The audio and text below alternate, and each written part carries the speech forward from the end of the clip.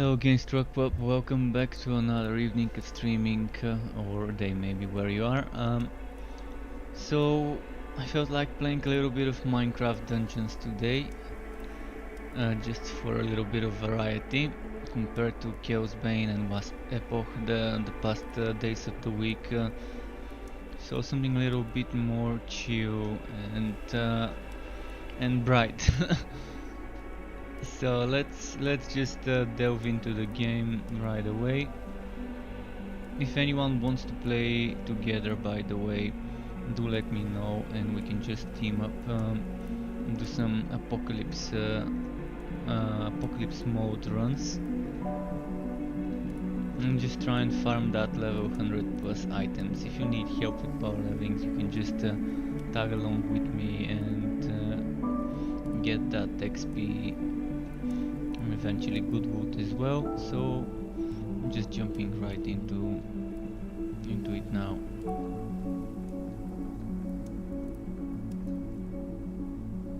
Start, press any button, there we go.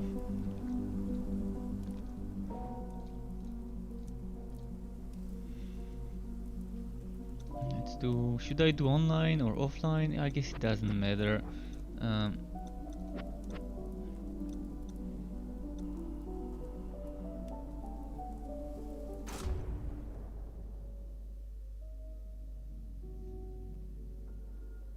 So the main thing that I'm gonna try to do is maybe get some higher level items to experiment with.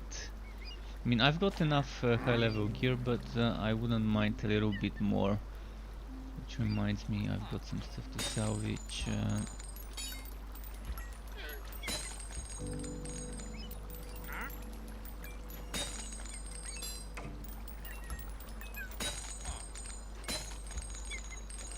Do I have a better or weaker version of this bow? Mechanical short bow, I don't think I do.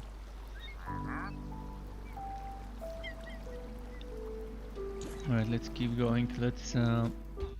Let's maybe do a cow level. I mean, just for a warm up, a cow level, then I'm gonna focus on farming specific items that drop in other places.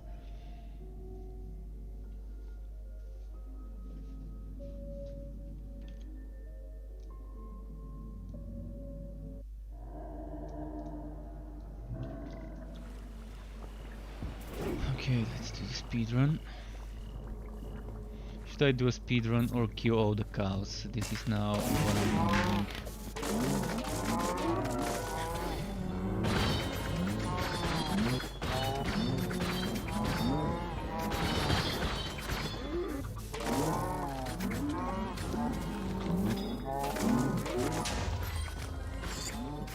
I'm allowing all that damage.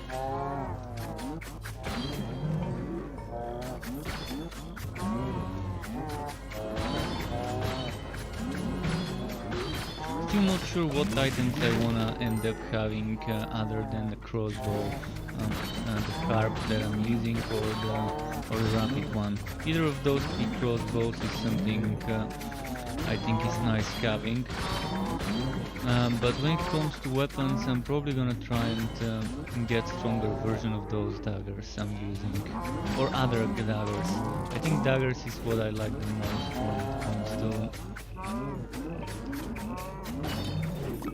when it comes to this.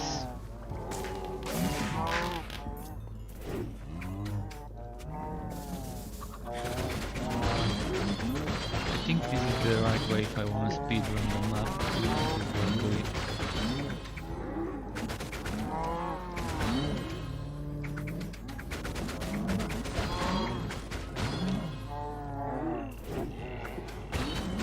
Oh, no, elites. Let's try and put them into the choke point.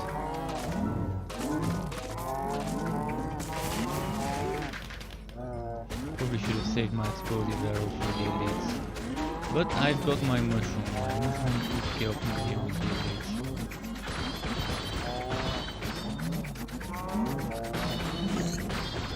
And if I'm not mistaken, there should be a third elite cow somewhere.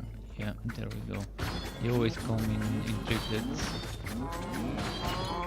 Oh, and there's something that I'm not sure many of you know, but you can sometimes wood those things from here, you see. Can't wood that other one because it's a bit far from where I am, but I mean I can jump to it, but I keep falling when I jump for those mushrooms. Terrible at positioning myself for those jumps. If you don't know me, I detest in my guts jumping puzzles and other such annoying things. Even something simple as jumping on those mushrooms might take me a few tries.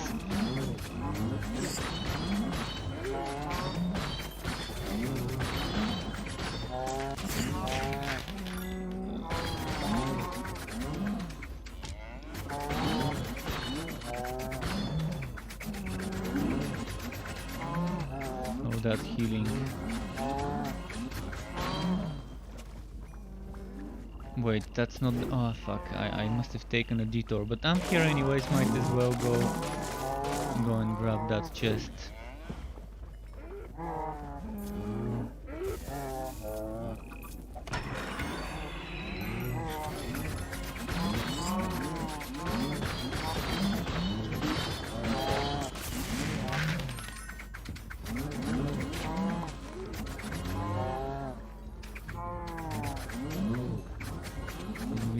Get them all. There's still a few left.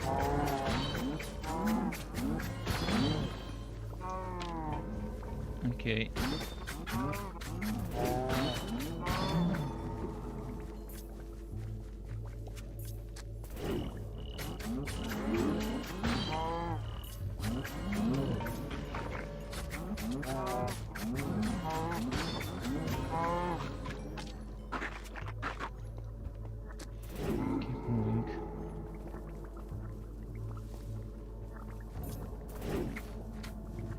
Wrong way.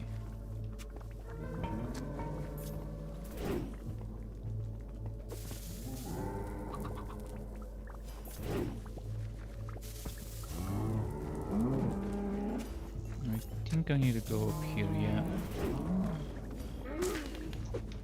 Oh fuck. I forgot I had a dynamite on me and kind of wasted it. Oh! One dynamite wasted.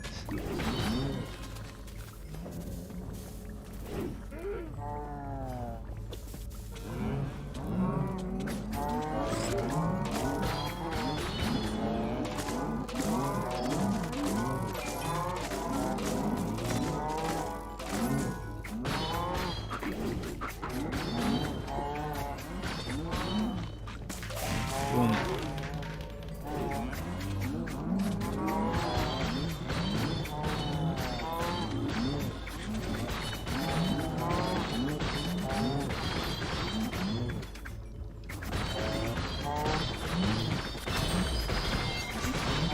Yeah, it's been a while since I played Minecraft. It's kind of nice to come back a bit to the more chilled farming of this game. Pretty much in this game you don't even need to make a build as long as you have good gear, but having a build really does help with clearing stuff quicker. Let's see.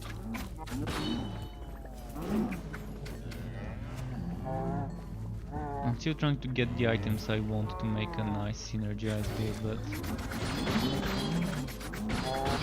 for now using what I've got.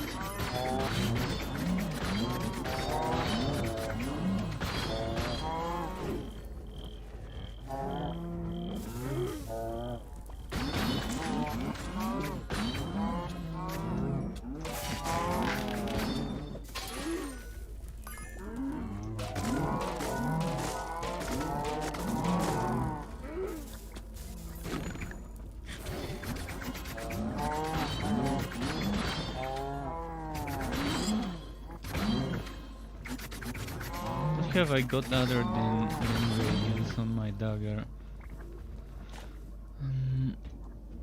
Crit hit, okay.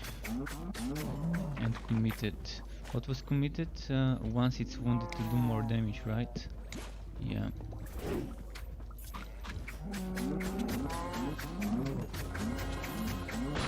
Let's Let's check how exactly it works. What does it mean wounded? Like if I hit it once, 689, 700, 900. Okay. But there's a minimum and maximum rolls on my hits anyway, so I'm wondering how much HP the enemy needs to have taken, whether even at 99% HP it starts triggering this, or whether it needs to be under 75, under 50.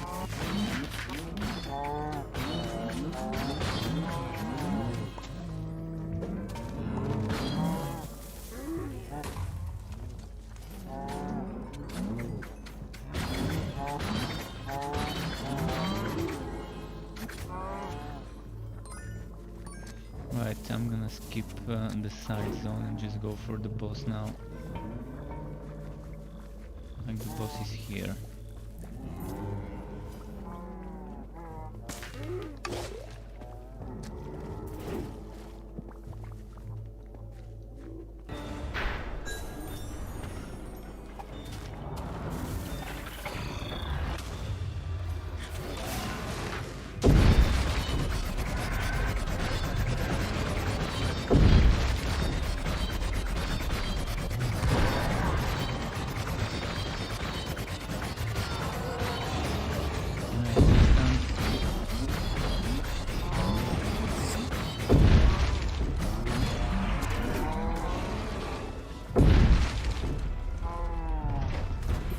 I'm not ready to face tank it yet, so when I'm with someone else it's easier to face tank it.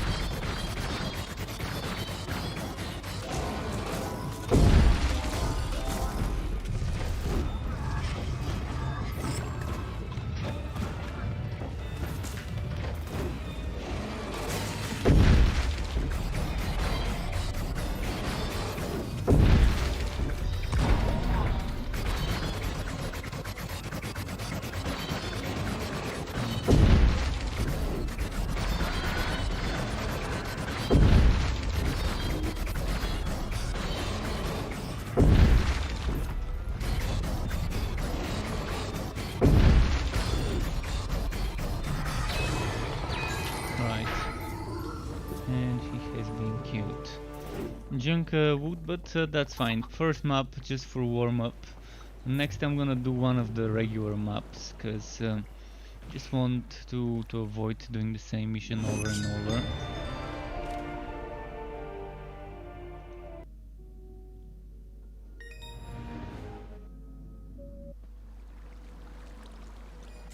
Let's see what we've got here.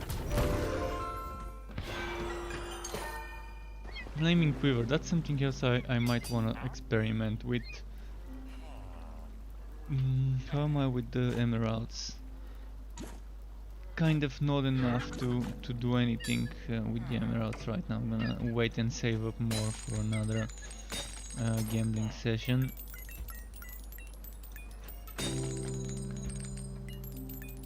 Have I got a better thief armor, melee attack speed?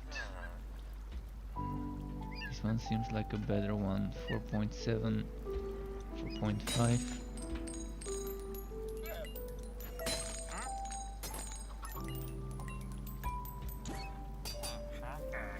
Alright, next.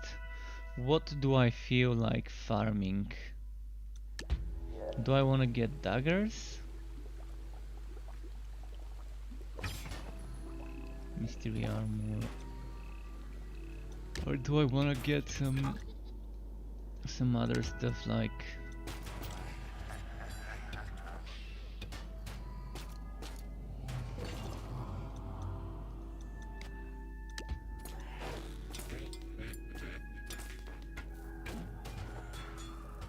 wondering what to farm for. I'm probably gonna do a high block hose because I love doing that map, and it's scatter crossbow and rapid crossbow that can drop there, along with the fireworks arrow, a stronger one.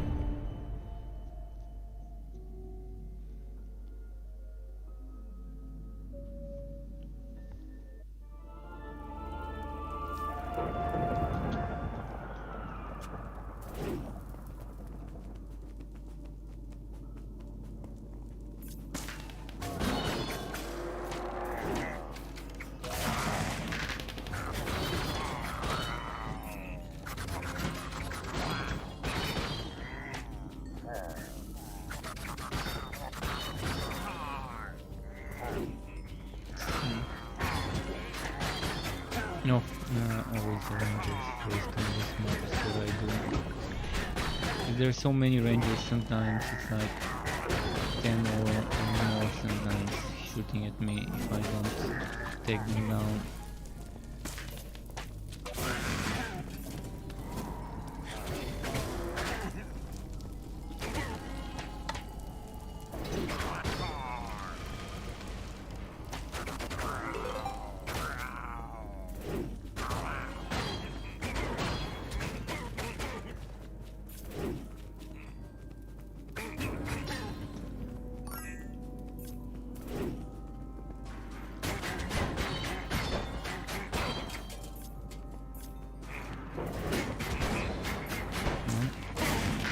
Boom.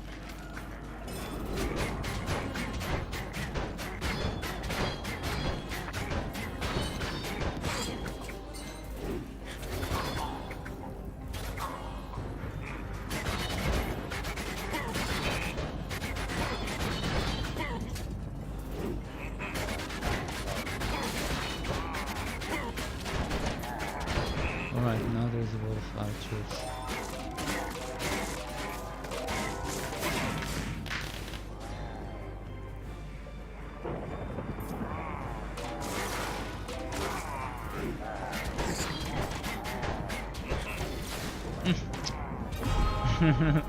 Got pushed back. Hey Zero, nice to see you again. How are you, dude? Oh, fuck, Rangers.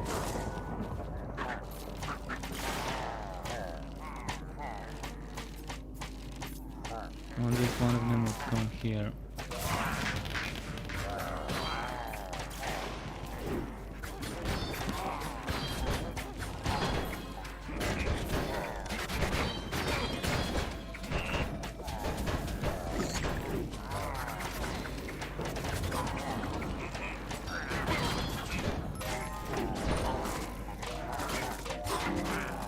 I'm gonna die.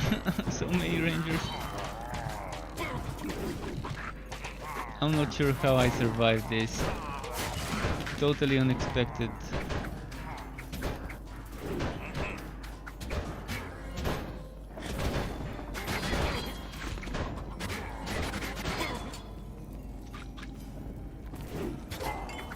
Totally unexpected surviving this fight.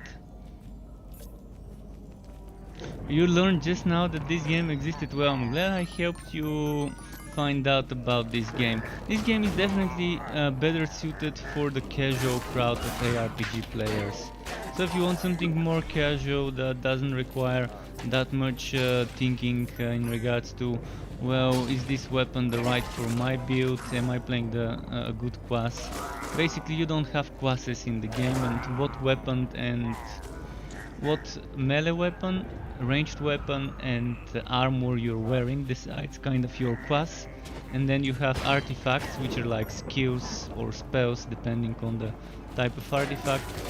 It's pretty fun and it's not an expensive game. The base version, the base edition without included DLCs is 20 bucks. So nowhere near a AAA title as a price tag.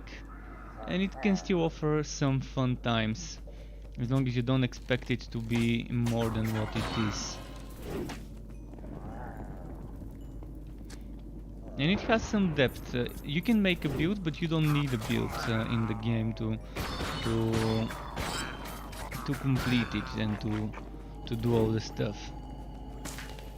Of course, having a more synergized setup, like synergizing the same bonus or focusing on ranger or focusing on mage abilities and stuff like that, would definitely make things a bit easier if you think about what you can synergize. But you don't need to.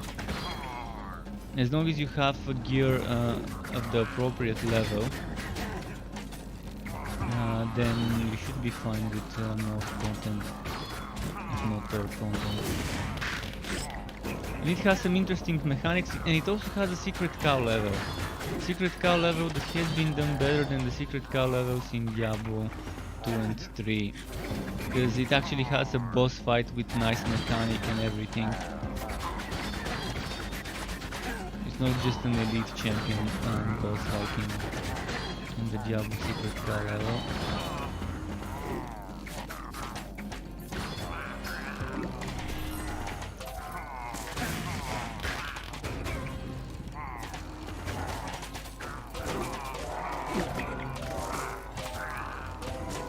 And the best thing about it is you always have a melee and a ranged weapon. Whether you have arrows, that's a different story, because you have to preserve your arrows or get some skills and passives that help you get and regenerate arrows. But you do have arrows and other stuff dropping from enemies. So you might want to focus more on melee, or you might want to focus more on ranged, or you might want to focus more on artifacts and be like a mage. You can even have a summoner here. There is a summoner build that's out there that you can make. There's mind control, charm, where you can control up to 3 enemies. And then there's also 3 different types of summons. You can either have 3 of the same summon, or a mix between those 3, or you can have like 2 summons and 1 charm, or 2 charms or 3 charms. 3 charms basically means you can craft, you can mind control up to 9 enemies, which is kind of pretty OP probably. And those enemies that are mind controlled also do more damage than they normally do.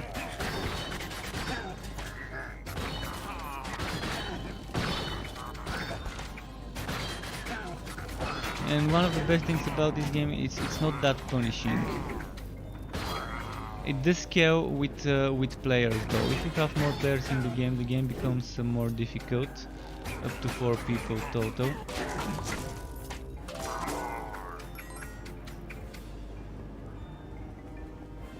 And Zedicus, the announcement has been pushed by 1 week for the 13th. In light of some events that have happened recently, so I can even read the whole post for you about Torchlight 3. So basically they said something like the PC gaming show has been delayed a week and will now air on the 13th of June. We strongly support the cause and their decision to delay the event and look forward to seeing Max Schaefer present our Torchlight 3 news at that time. So yeah, you might wanna wait 1 more week, so it's not gonna be today when they announce the Torchlight 3, whatever it will be, beta, launch date, whatever, we'll see.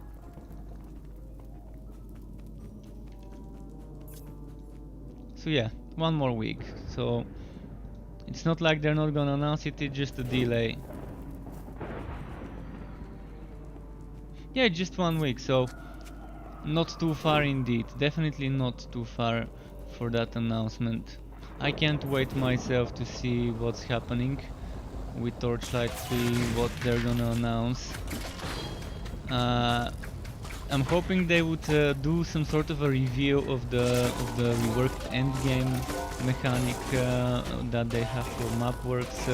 It's not gonna be called Mapworks, it's gonna be different. I hope they announce this, because I can't wait to discuss with my viewers about this new thing. Because right now the only people I can talk to about this are people who know about it. And there weren't that many of us. I think they invited like 12 or something people from the community. Or maybe it was 20.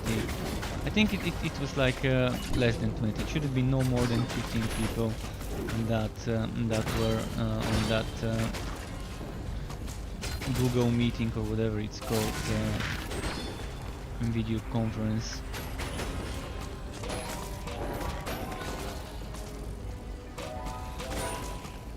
Right now, Minecraft Dungeons can give me a little bit more chilled, casual playstyle when I don't wanna play something like Chaosbane or Last Epoch or Wolfsen. Although Chaosbane per se can be very chilled and casual if you don't play on Chaos 9 or 10. If you just go for like 7, 8.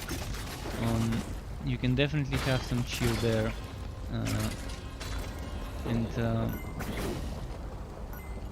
take it easy.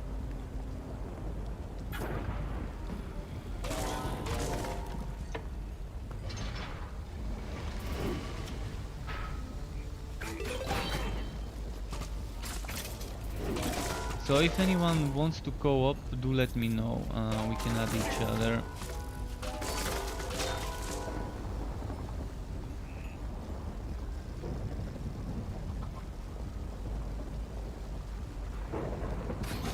By the way, Xero, many people are excited that they decided to not go for Frontiers and to actually transition to Torchlight 3 rather than Torchlight Frontiers as a both name and the business model instead of free to play to be a premium title. Definitely a good decision, and the majority of the community thinks like that was the better move, me including.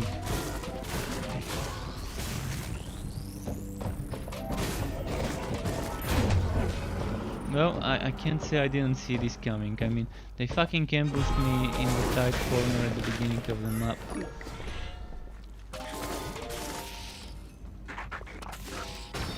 There wasn't much room to kite around. See, if this was an open space, this boss, this elite couldn't do much to me.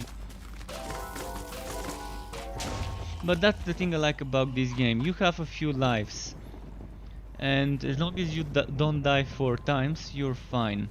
You can still complete the map and still get the maximum rewards. Not like Omega Wilson, where if you die, you lose rewards. In the, what's it called, what was that Omega Wilson mode, the Untainted.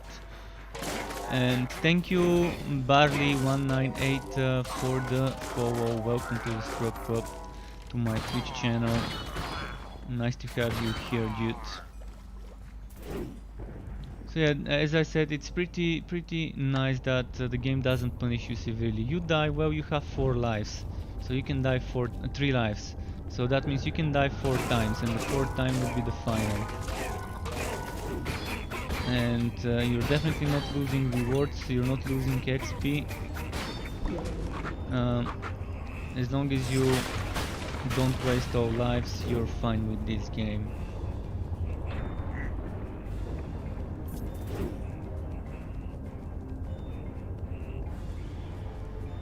So there's some breathing room.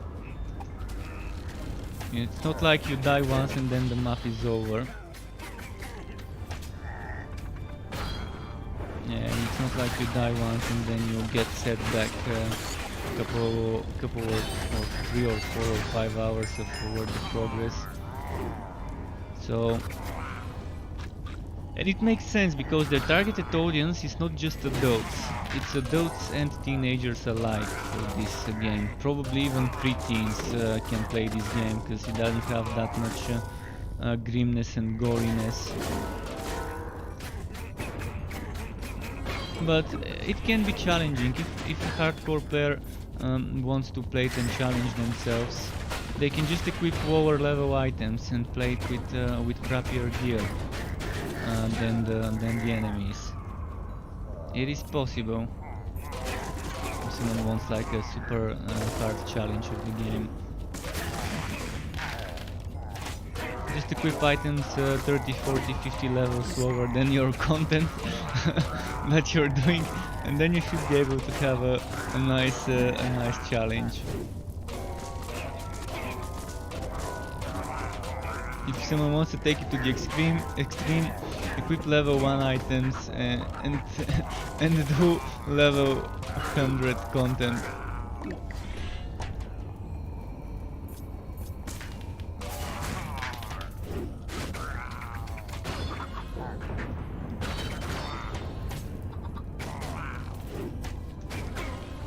Miscon.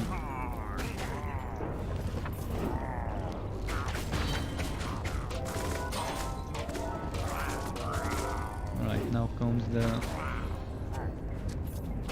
Wait, did I miss the chest room? There should have been a chest room. I probably missed it. Oh, never mind, that's the chest room.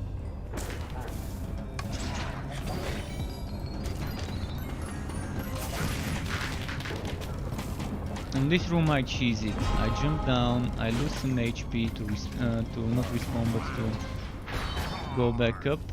But I kind of cheese the ambush, because that's ambush of so many rangers. Easy way to cheese this ambush. Another way to cheese it is with summons, and not actual summons but this thing.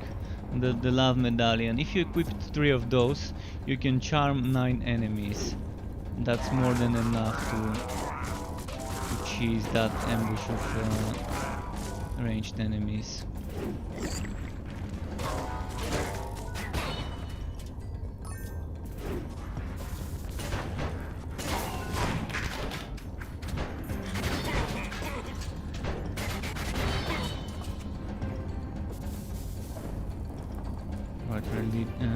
We're getting close to the end of this map.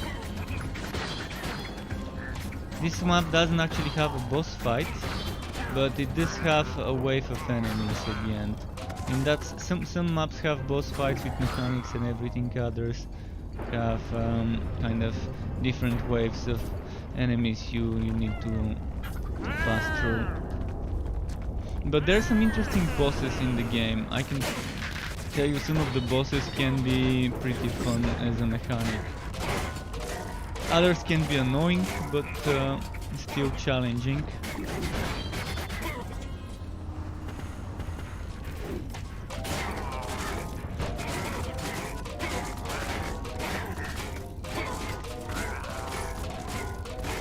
Okay, let's get the enchanter.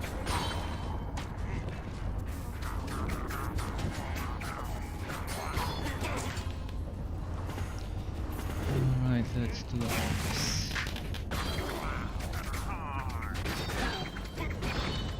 I'm loving this explosive arrow. That's probably one of my favorite artifacts in the game. The explosive arrow and the mushroom. I mean, right now I'm using my 3 favorite artifacts in the game.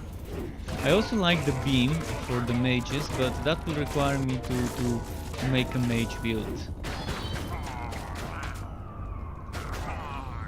And I'm not sure whether I've got enough enchant points to make a second set of equipment and enchant it to the max. Because right now each level gives you enchant points, that's how the game is. Each level up gives you enchant points, and those you use to upgrade your items. And since your items are your skills, basically you don't have a limit on the levels. But there is a soft cap of how much you can upgrade each item. And there's 3 items you can upgrade, the ranged and melee weapon and the armor. So there's a limit of how many points you would need to spend. The max you can get is 3 items, all 3 of them enchanted to the max with what was the name? Powerful swords. Fuck. I ran out of arrows, so it's kind of a bit more difficult now.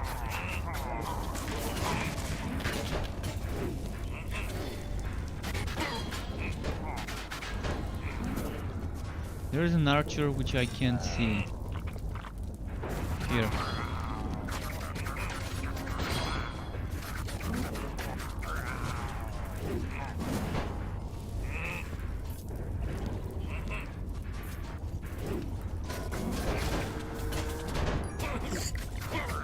Arrows, nice.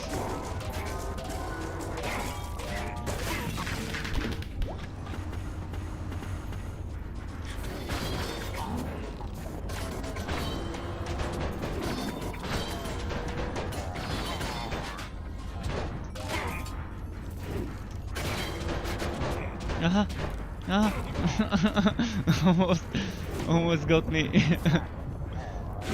Alright, let's approach them from behind.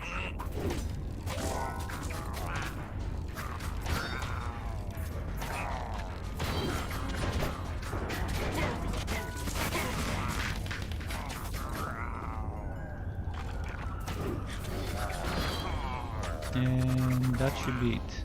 I don't think there's more waves. There we go, this one's clear. So let's read the comments. Oh, the green machine. Hi, new player here, just finished the main story and haven't started the DLC yet. Any recommendations before I move on? Which DLC are you referring to? Because I've not played the DLC in this game. Did they release it? And did they release the Iwan's DLC? Or are you talking about Chaos Bane? Because I'm not sure which game you're talking about. This game does have a DLC, but last I checked it was not released. It's coming soon, the Iwan Realms. They're probably still doing some testing on it to make sure it's polished when it launches. So apart from the main story, you have 1, 2, 3, 4 secret maps that you can do. One of them is the secret cow level, this one, which requires you to collect certain things throughout the 9 base maps, so you can unlock it. Oh, and I just got an upgrade on this one. 4200. Oh yeah, baby, that's a nice upgrade. So if anyone needs me to explain about some things of the game, like how the itemization works, how the skills are tied into the items, I could do so. Just let me know. Otherwise, I'm gonna just quickly mention what I already said and provide a very short, brief explanation. So as you can see, I've got 3 types of items that I can upgrade. And items have up to 3 slots. Each slot can have a different ability, and each ability can be upgraded 3 times with different costs. So this costs 1, then this one 2, then this one 3. But if it's a powerful ability, this costs 2. I think this one is 3 and this one is 4. And that means it's what, 9 points?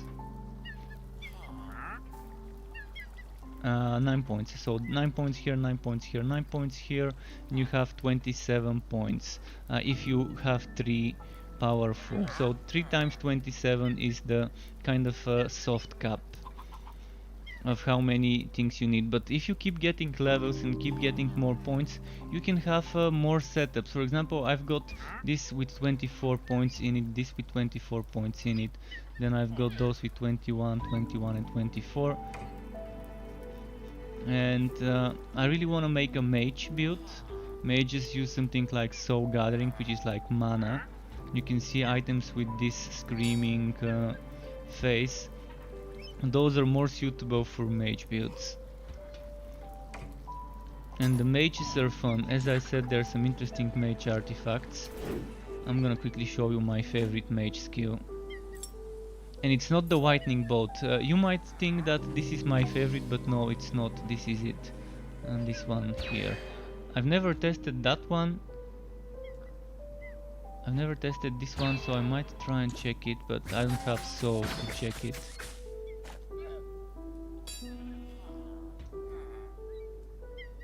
Let's try and gather some souls if I can. I think I'm gonna need to kill enemies to gather souls.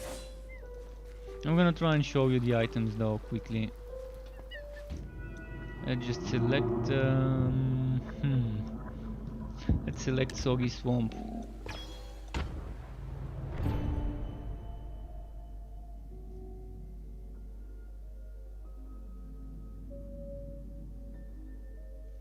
But as for recommendations for this game before you move on, my recommendation would be just start doing the second mode. As soon as you complete the base story, start doing the second mode. If it's too hard, then lower the difficulty of the level, or go back to farming some of the previous levels. So let me quickly show you the artifacts I like. So this is my favorite artifact, the beam. But then there's some more, like I'm not on a mage build right now, I just wanted to show you something. So this is another one with the whitening.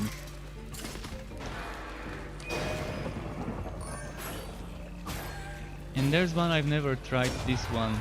Oh, that's actually a pretty good one. So the more souls, the more it explodes. I can see some fun builds with that one already.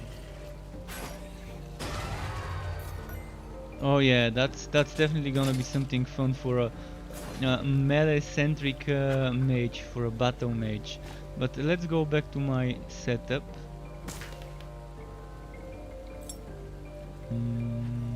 This was here and...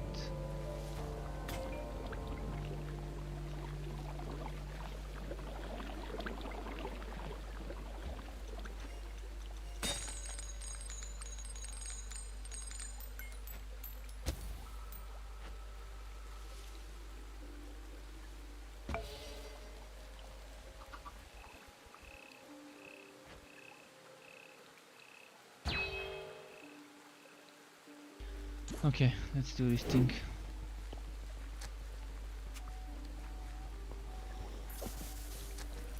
And there's unique items as you saw with orange names and stuff, and the unique items... Oh, I forgot to change my weapon.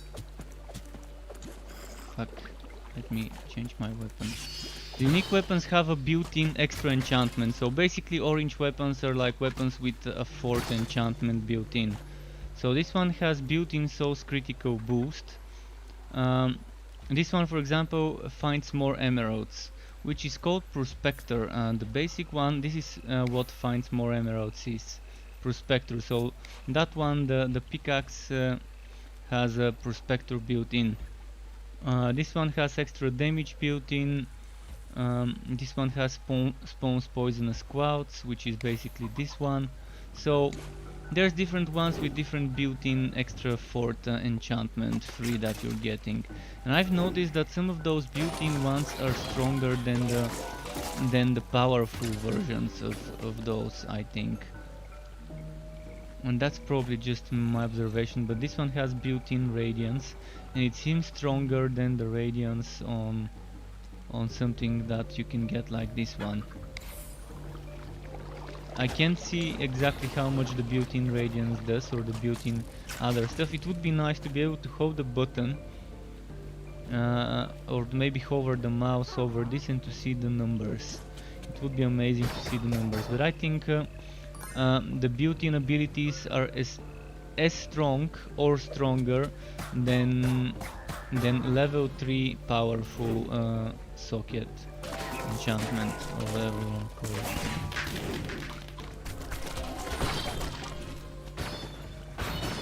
And when you combine this little bit of customization and make 3 different items that synergize with each other, then you get some sort of a build shaping up. Then you combine it with 3 different artifacts that you think are suitable for the way you want to play the build, and it ends up being pretty nice. Just the right amount of customization a game like this one needs. It's not trying to be something complicated like Path of Exile and Grim Dawn. It's not trying to be something like Gabo or Wilson or Chaos Bane either. It's trying to be a little bit more simple, yet still providing you some customization based on the build you wanna play. And yeah, some things are more effective. Some things are meta, others aren't, but not playing the meta doesn't mean you're not going to be able to finish the game, which is perfect to have something like this. So you can play some weaker items but still be able to complete the stuff. You can ignore customizing your build and synergizing it and still be able to complete the stuff, as long as it's the right level for the content you're doing.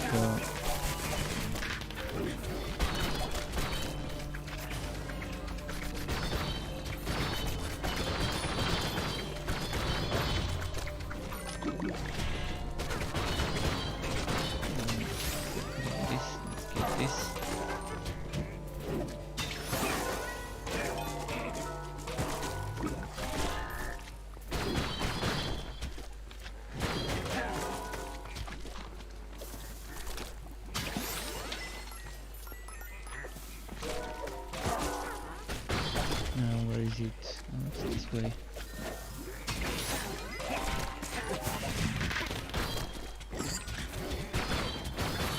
I'm gathering up all my arrows for the boss fight.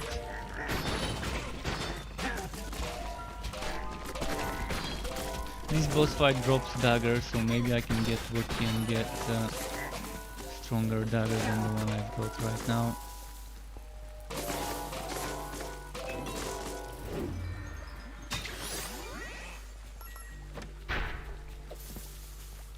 You can see my armor has a fire trail, which is... Actually, it was really called fire trail. I was gonna call it blazing, but I forgot it's not called blazing here. So that's an interesting enchantment there that you can use in multiple ways.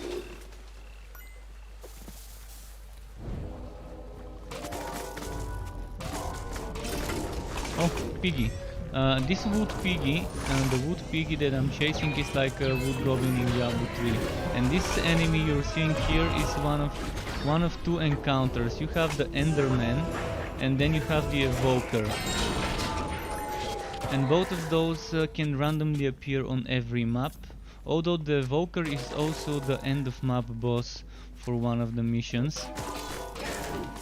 But those can appear randomly in the map, and then they're like a strong mini boss fight, something like that. And you saw he dropped a unique, so they do have a stronger... Oh, I've never seen this item base. As you can see, I'm collecting item bases, things that I've never seen. So this one has defeated mobs explode, which is basically... Was it this modifier? No. The defeated mobs explode modifier is this one. So 20, 40 or 60% of the enemy HP as damage. And that doesn't seem to do damage to you. I've tested it and it doesn't seem to be doing damage to me when they die. I can try it again. This seems like an interesting combo. So I've got Radiance as an option, and both of those are powerful, so I can probably pick this Radiance powerful. Then I can pick Wife Leeching or Sharpness if I want damage. Then I can pick Thundering or Gravity.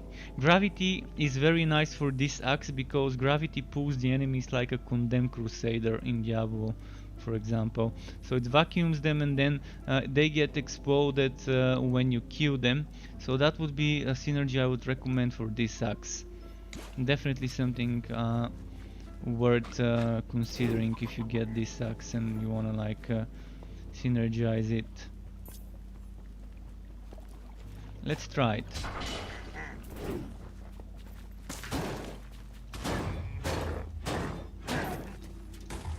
Yeah, it doesn't do damage to me, so I wanna see how much damage they can do to each other.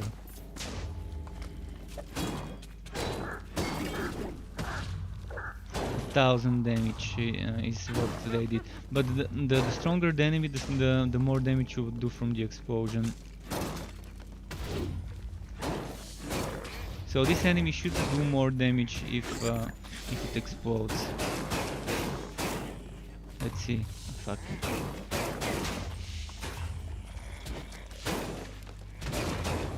Okay, I don't want to kill it immediately. I wanna get it to explode. Never mind.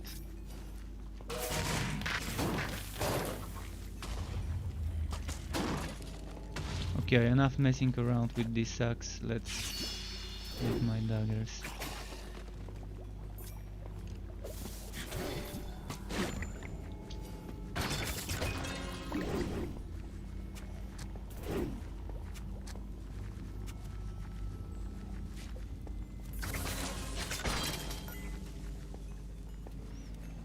Okay, let's keep running. And one of the nicest things is you can equip 3 artifacts of the same type. So if you want to be speed running, you might equip 2 or 3 of those boots. 2 or 3 of those boots would give you amazing speed run potential. And another great thing about the game, you can farm specific maps for specific items.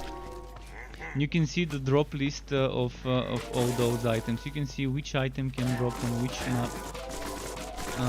So if you know, hey, I want that item for my build, you can just do and farm map X or map Y. Most of the times each item would have at least 2 maps that drop it, so you don't have to be doing just a single type of map over and over until you get it, but you can alternate between 2, or just select one of the 2 if you don't like the other one, and just focus on farming that map so you can get the item you want. Which I think many games do need, some sort of increased chance or to get certain items from certain maps, or even like this game did it completely not being able to drop other items that are not on the wood pool for the map, so each map having its own wood pool. Kind of taking to the extreme, but it works with this game. With the amount of items this game has, it works nice, and knowing that there's gonna be new maps with the DLC means new items in the wood pool of those maps. There's also items that only drop on Apocalypse and on Adventure mode. So on normal mode you have the least number of items that can drop, and then as you go through the difficulties you get items that are exclusive to those harder difficulties.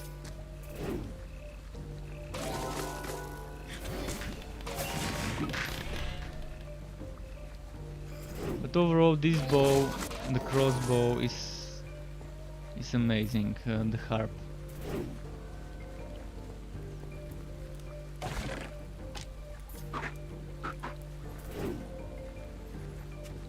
It might get a little bit annoying sometimes with this sound, but if you don't spam it as much, then you're not hearing that over and over.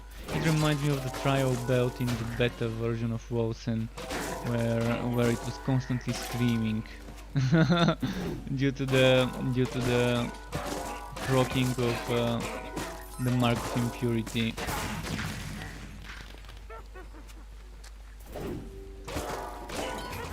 At least here it's not some annoying screaming, but it's a harp sound.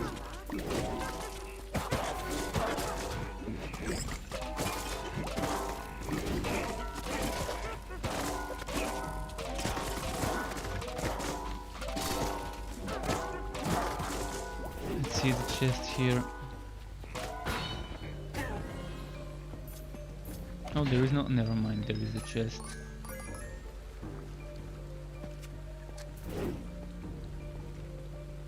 I'm gonna start saving my arrows for the boss fight. I need to get at least 100 arrows for the fight.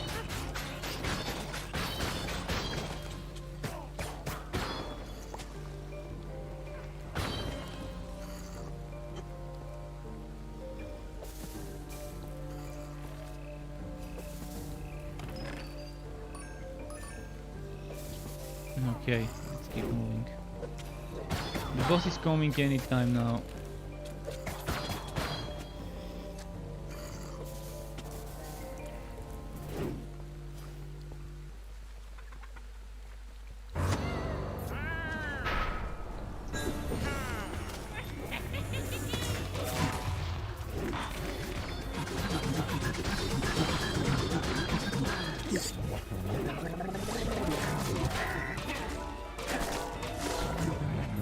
Kind of bursted him real good there.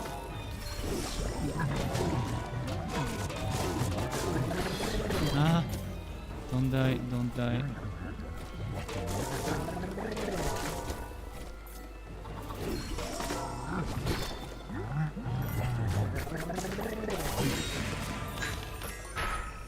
Alright, unique. Is it dagger? Please tell me it's a dagger. No, it's a mage knife. Well, can't get the daggers every time. Oh, and if someone doesn't know about this place, you can click on this thing here, and then you can get this room. This room, basically there's in all 9 basic maps, you have one of those rooms, and you click on this switch and it brings a cube, and this cube you need to collect all 9. then go to your castle, to your camp, and from there you get to unlock the secret car level and get some chests. My advice to new players would be save those chests for when you're high level. There's two obsidian or diamond chests, I'm not sure what they're called, the best chests in the game. I made a mistake to open them like at around level 50 when I was unlocking the secret car level. Also save your emeralds, that's another thing I might say to people. Save your emeralds. And gamble maybe at the higher levels. Only use them at the lower levels if you really are behind on your items, on your gear, and need that extra level boost. Let's compare. Fire aspect, sharpness, shockwave, exploding, swirling, fire aspect, radiance, looting, weakening. And this one gives Enigma Resonator. Deal triple damage based on the number of souls you've got. See, this one is a perfect synergy for this weapon, because that's for a mage build, battle mage build.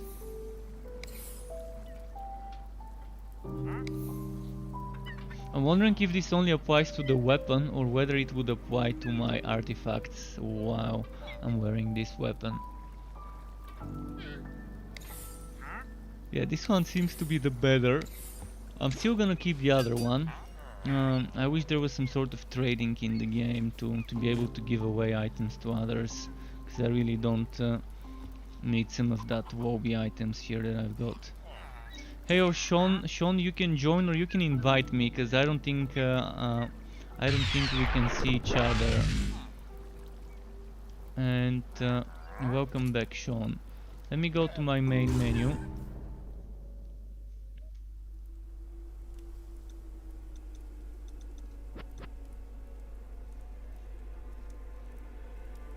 I'm pretty sure I won't see you online, so or I will see you online, but you won't see me. I'm gonna quickly open my Xbox console companion. The worst system to...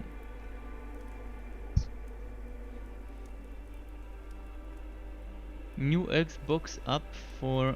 Oh, the new Xbox app is replacing the Xbox console companion. Alright, so they've designed a new Xbox app for doing multiplayer with. I didn't know about it, I just found out now. I'm gonna quickly install it. And let me know when you're inside the game so we can add each other.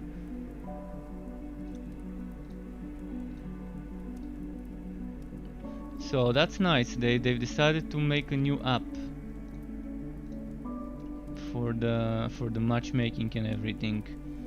This it's a beta apparently, but it's nice that that they're thinking of replacing that annoying console companion app, which was so fucking buggy and glitchy and non-user friendly. But I just got a glitch. Xbox installer has stopped working. The app doesn't even want to install itself.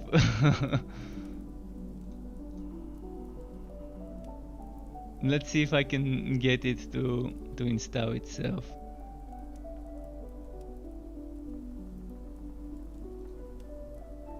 Or maybe it's already installed.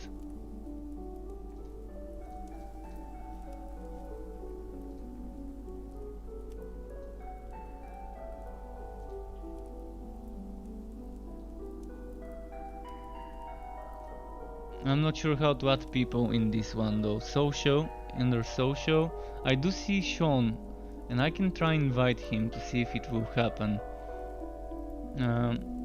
I can join him, I cannot invite him, but I can join. Let's do join. Join game.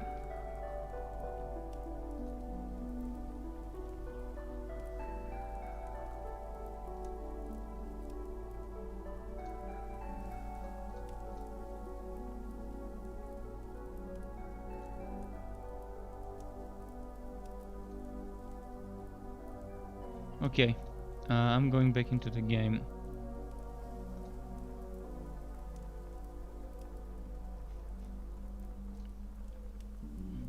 So good news that there's a new installer. It seems better.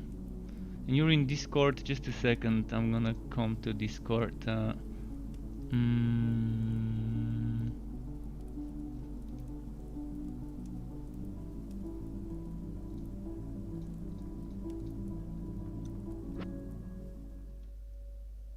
Yo, Sean. So, Sean, how far are you in the story of this game? Did you complete the second difficulty, adventure? But you've completed the first difficulty, right? Alright, that's good enough for now.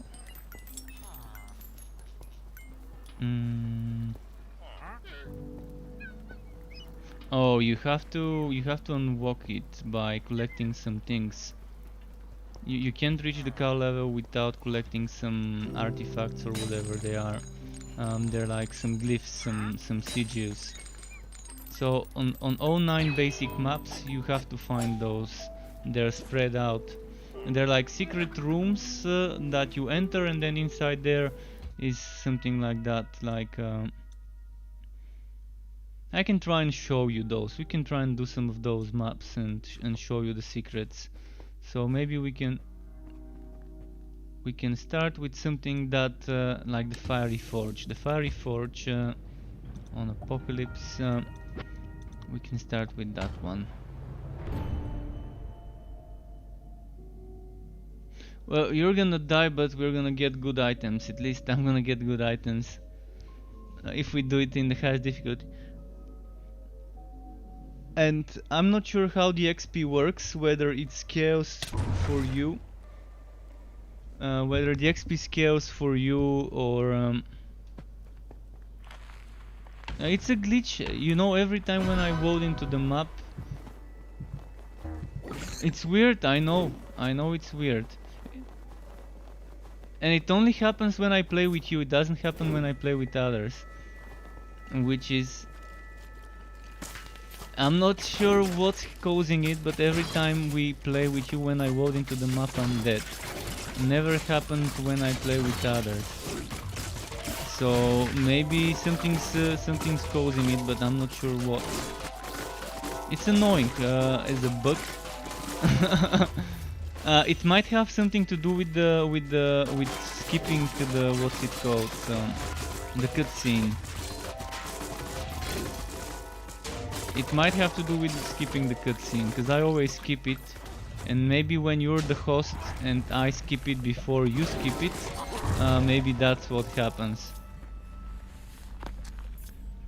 But as I said, you might be getting better XP here. I can't confirm it, but maybe you would be getting better XP in this difficulty compared to the other ones. I never noticed something like this. And most of my XP I actually farmed on the easier difficulties until like 100, then I only started doing this one.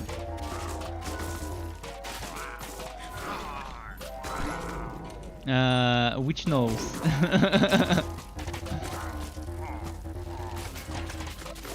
Fuck. So many archers. So many archers.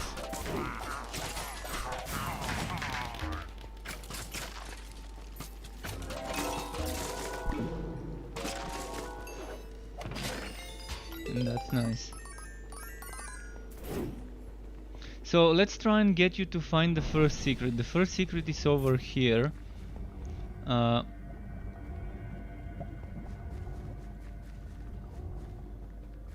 Yeah, and then when you're here, you should see somewhere on this wall a switch. You see a switch you can click over here or over here.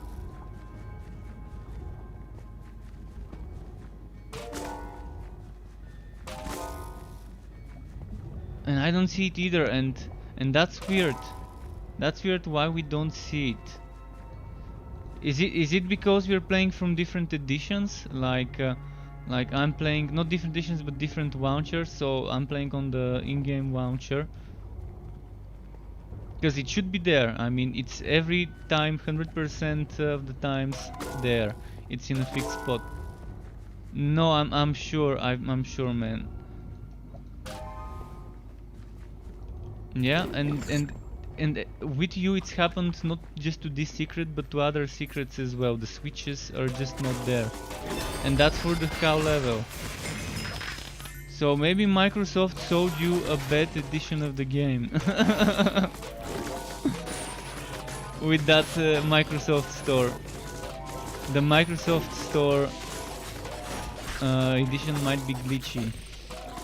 Because I was able to unlock my cow level, and I've played with some other people and entered into those. Maybe because you're the host and you haven't unlocked those secrets yourself, and I've done those secrets, and I'm in the game, it just kind of messes up with you.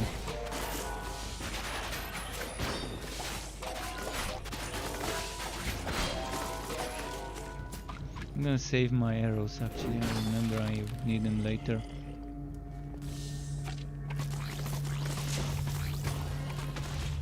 But it's weird how many annoying bugs happen when we co-op. I've already unlocked all of those. I've already unlocked the cow level. I mean,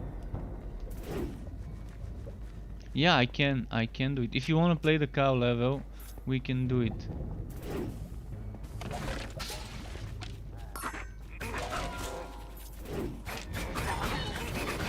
On Diablo 3, you mean?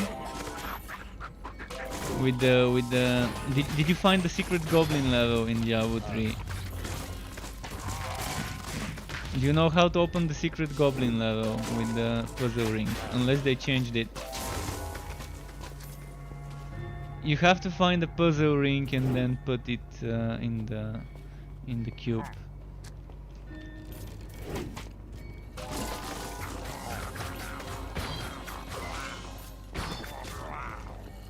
Yeah, instead of needing the birdish, you just need a puzzle ring, which is a unique ring that gives you some magic points and stuff like that, if I remember.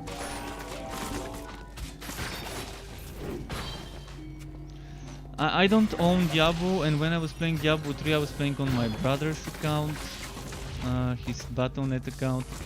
Yeah. I mean, I can always go back on that account and play, but I don't feel like playing it. It's so boring. It's fun. It was fun for me for like 2 or 3 weeks. Then it stopped being fun. It became pushing numbers. Yeah, but Chaosbane doesn't have this pushing numbers endlessly mechanic with unlimited Paragon levels. There is no limit to the Paragon levels, and you just keep pushing for that one extra Paragon level, or to get those few extra Paragon levels, so you can push further.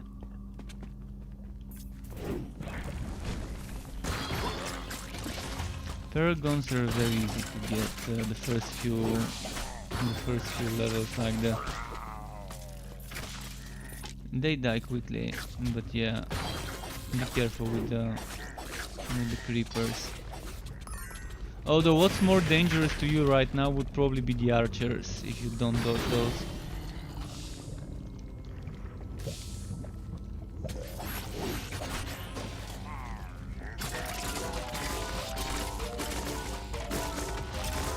Yeah, you can still kill them. I'm not saying you can't kill them.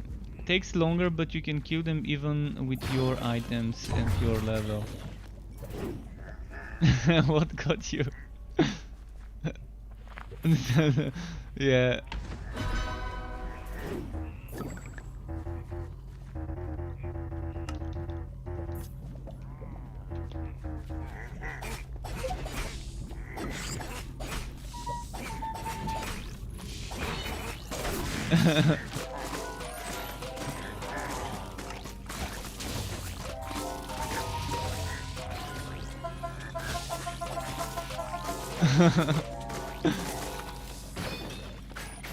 Now you're gonna get one shot.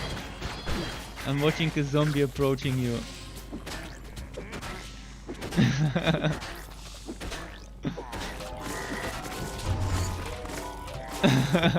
He got you.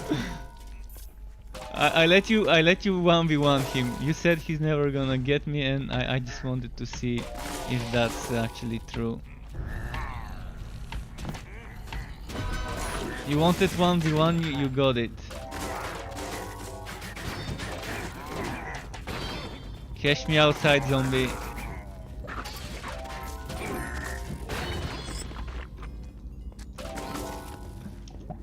Alright, let's see where was the way.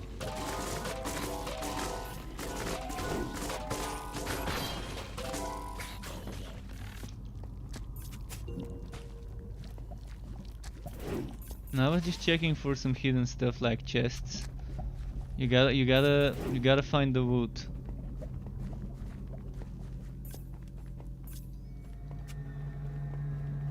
Wait, we...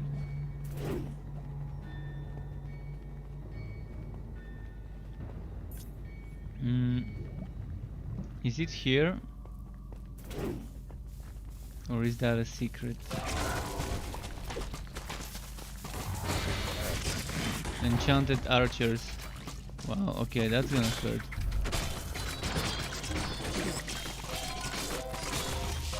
Thankfully I saved some arrows for those.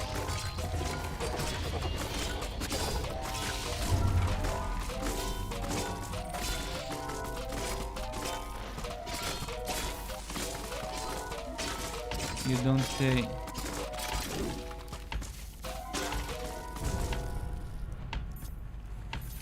On Chaos Bane you definitely can kill some shit. Well, here you're not at the correct level yet, you know. You're not at the correct item level, which is the more important part.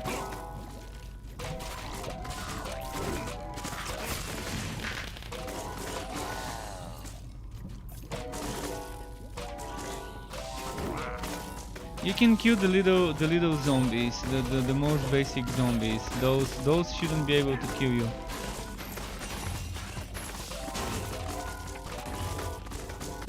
Equip a dagger. Equip a dagger or knuckles or what was that other thing? Sickles. Sickles are nice as well. Anything with fast attack speed.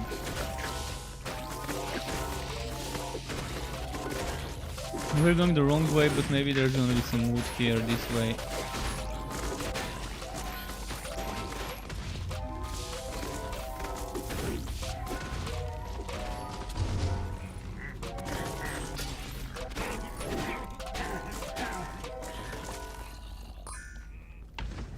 Nice.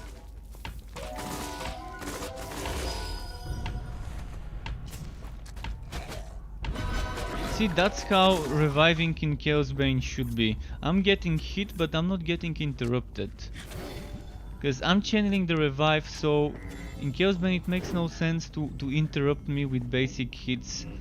It makes sense to get interrupted with knockbacks and stuns. Yeah, I'm talking about Chaos Bane. And it makes no sense the way they did it there. Alright, punch your money there. Oh, I need to stop using arrows. I need some for the boss fight.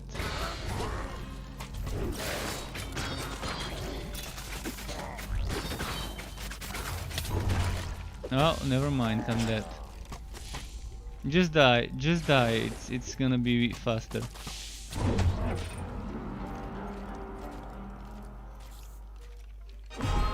I'm at a very bad spot here, never mind.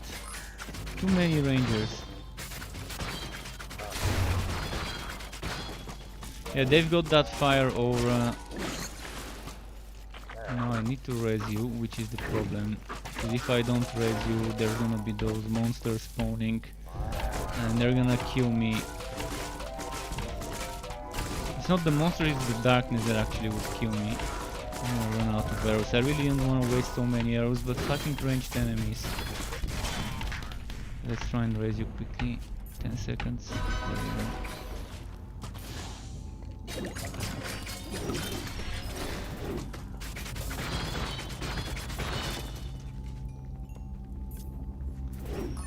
Pretty much garbage here. Alright, let's move.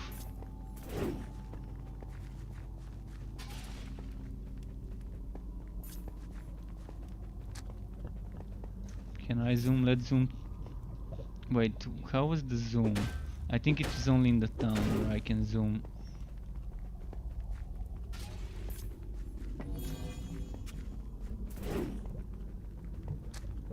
Let's see here.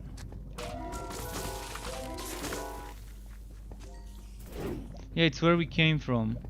It's telling us to go where we came from. There could have been another chest at the end of the map, but fuck it, let's go kill the boss.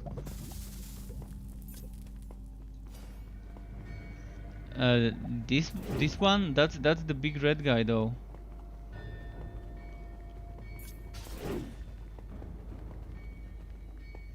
What about the summons?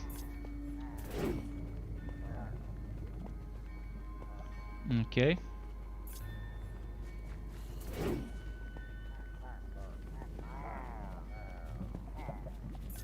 Rangers?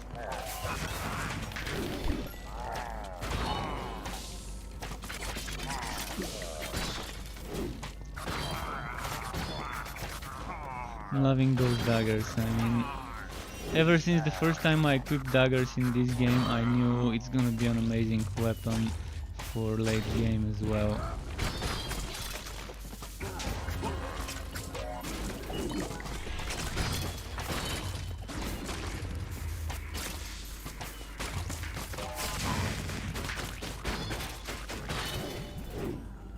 Okay.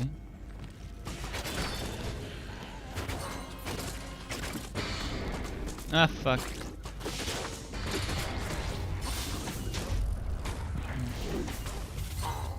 Nice.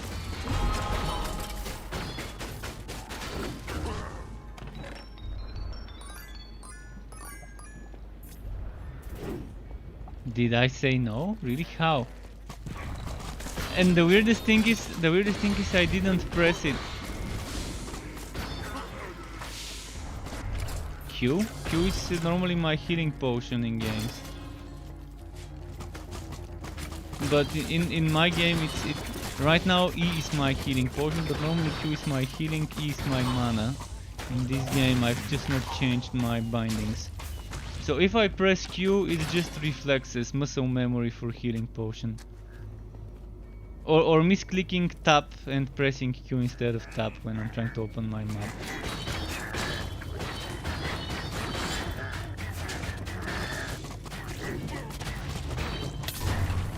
Fuck.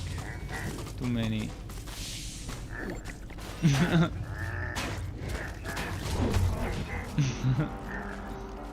And that's bad because I've already wasted 2 lives. I wasted 2 lives before even reaching the boss on some bullshit fights.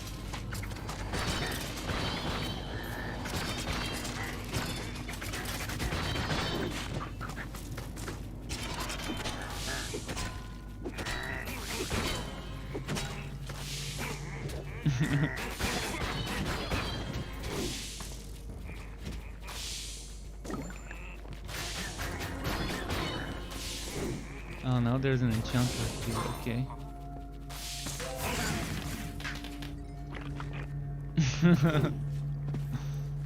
You can be the bait.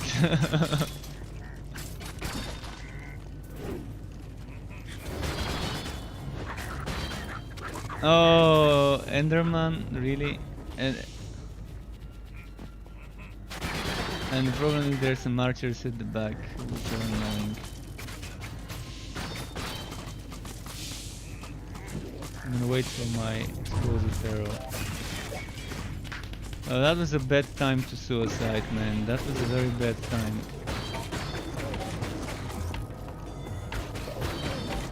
Because I can't res you while this boss fight is going, and if I don't res you on time, I'm probably gonna die from the darkness. Thankfully I can just burst this guy.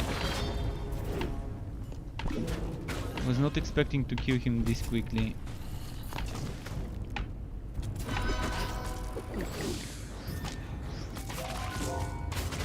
Alright, who's left? Someone here? I think we got them all.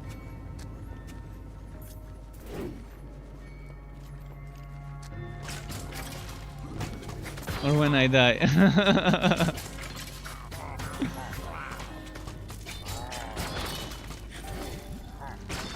Yeah.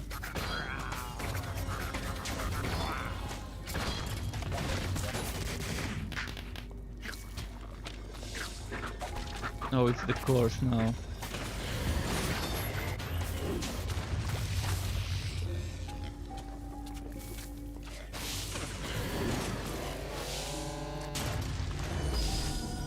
Where is he? I don't see it. Oh, there's a piggy. Piggy, piggy! Fuck, why am I stuck here? Oh, I'm rooted by the damn spider.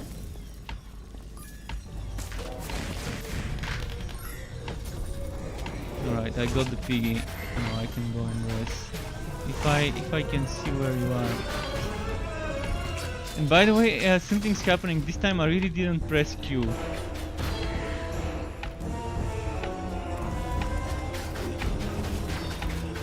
And now there's an evoker when I'm supposed to res you. Fucking annoying spawns in the worst possible time.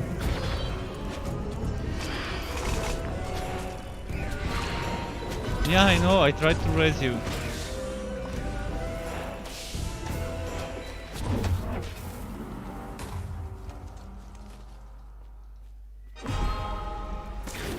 Well, we're not gonna complete this map, might as well restart it.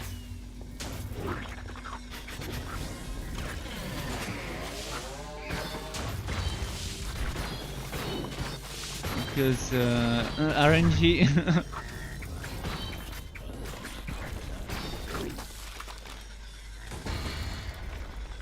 Those are not hard to get. The problem is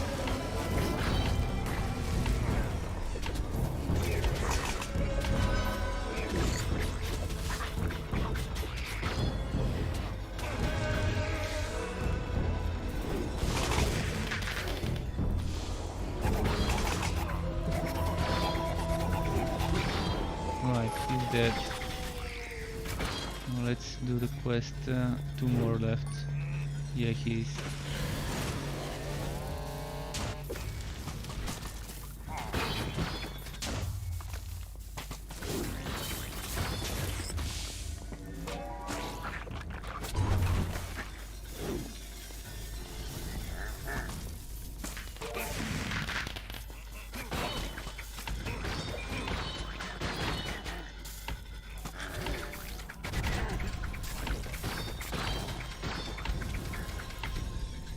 Okay.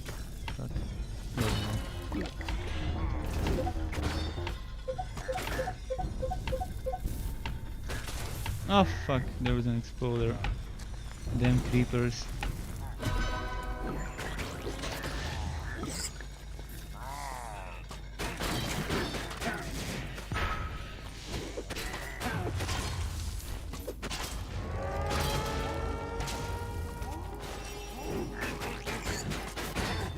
The mission. We've completed that that part of the quest. Alright. Now the next one would be, I think, somewhere this way. Does gear level affect drops or just player level? Well, I'm still unable to realize whether you need player level or gear level, because they have been progressing for me equally as high. But I think as you gain player level, the enemies on the map become stronger and scale to your level, and that gives you the better gear level. And I've also been trying to equip better items when gambling, just in case. But I think once you reach 100 plus, you kind of reach the limit. The limit is between 100 and something and 108 for the best items. 108 is the maximum. So I would suggest try to equip your highest gear items every time you gamble. And every time you load into a map maybe, and then you can change the items once you're inside the map, because I think the gear level still kind of decides the stuff. It's weird because sometimes I would change my gear level to 20 and get the same. I mean, I would even remove all my items and have power level 0, and I would still be getting items of the power level of my current rank or whatever it is. So that's the weird shit. I think you just need to reach a certain gear level once, and once you've reached that gear level, it unlocks items for that gear level, regardless whether you change to a lower level items or not. So I think you just need to unlock the gear level stages bit by bit.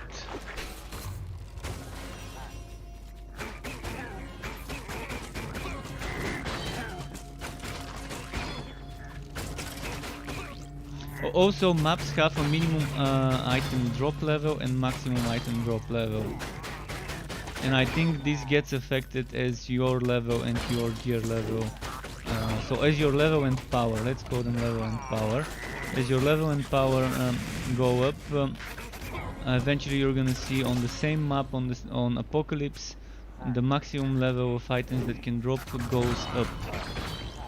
So at first it could be up to 90 something, then it could be up to 100, and then it would go up to like 107, 108 as the maximum.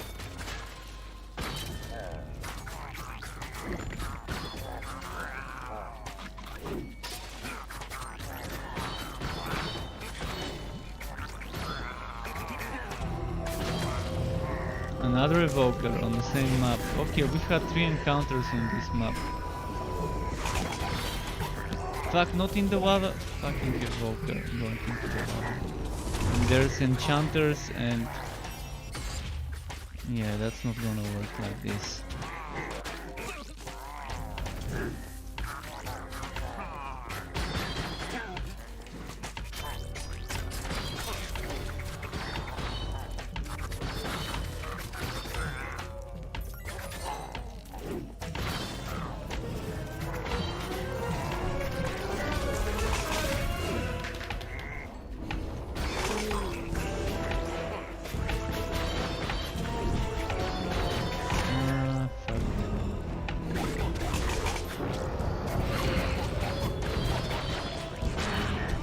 The problem is not him, the problem is the other stuff that's hitting me, that's gonna kill me and fail us. This thing. Because once you die, once the timer runs out, there's things that keep hitting me. And now we kind of wasted this map. And yeah, we can do the Carlisle.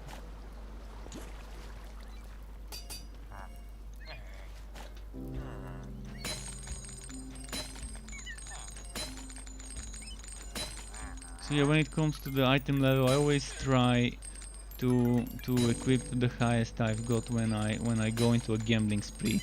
But I save up emeralds. I save up a few thousand emeralds, like 10, 20, 15, etc. thousand emeralds, and I gamble with those afterwards at once, like on a spree.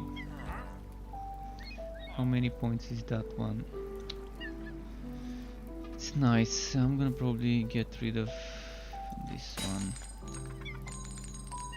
Keep that one. Right, let's do a car level now.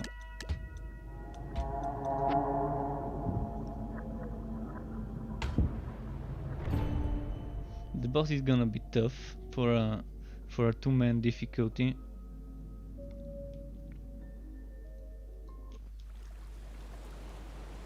Yeah, they saw you and they added those questions. Yeah, and the mushroom cows. Wait, we're on Apocalypse, right? We should be. The first cow died like with one shot, the others were a bit normal, but the first one was kind of died unusually easy.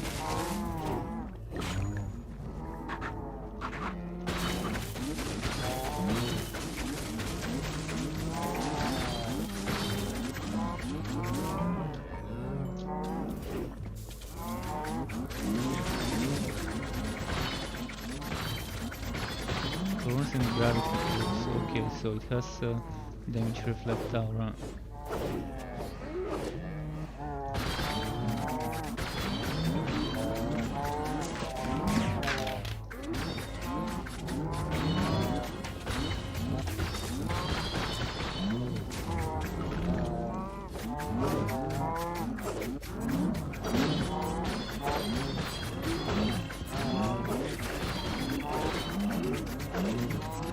kidding.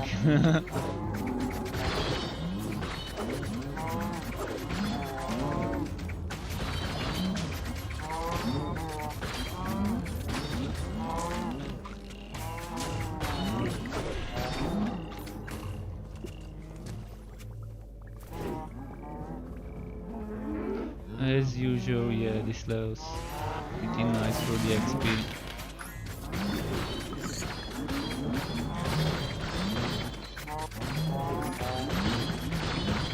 Ah, fuck. There we go, escaped.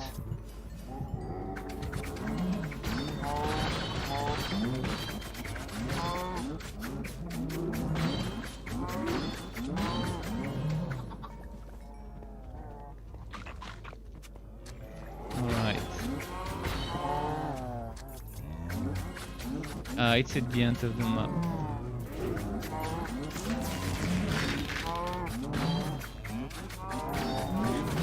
Yeah, bring me.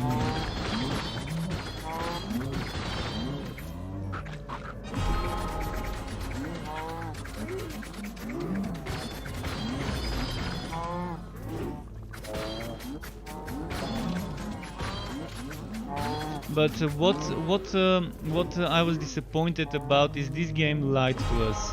Before the game launched, they said if someone joins me and I'm farming high level items, high level enemies, they would be getting the high level items. But that's not the case. My teammate is getting items for his gear level and power and whatever you wanna call it, and I'm getting ones for mine. And this is on Apocalypse. So they did lie to us a few months ago when they were promoting the game in different conventions and stuff, and saying that that's how it's gonna be, that you're gonna be able to even out when joining your friends for within just a few item drops. I'm not sure what happened, maybe just a YouTube sub which is still delayed, I'm not seeing notification, but whoever just sub, thank you for the sub, really appreciate it. Welcome to the Struck Club.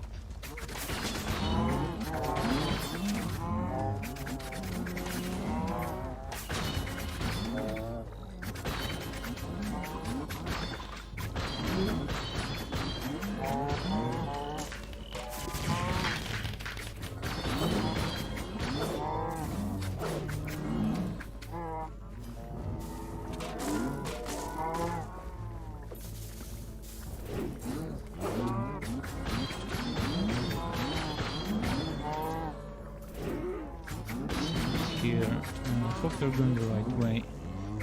Seems like we are. It doesn't seem like this is a dead end.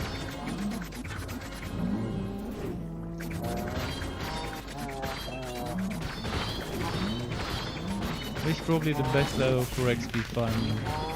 Especially if you do it on some lower difficulty, this is how you can get levels. If you're behind on levels, that's the best place. Pick a difficulty you can speed run. And just repeat it. Even if you don't kill the boss, you're gonna be getting so much XP in this level.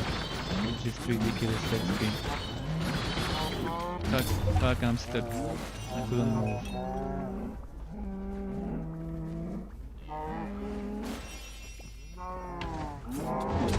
Yeah. Yeah, when they surround me from all places, there's not much I can do. Even the dodge roll doesn't dodge through them.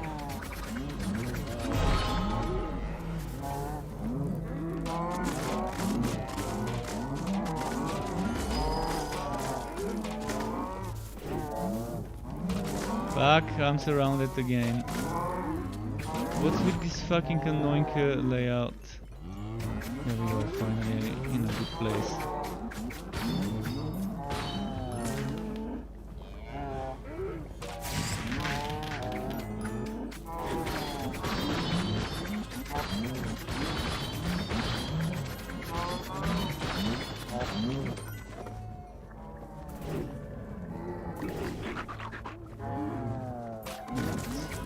TNT, that's gonna be handy when we get another big group.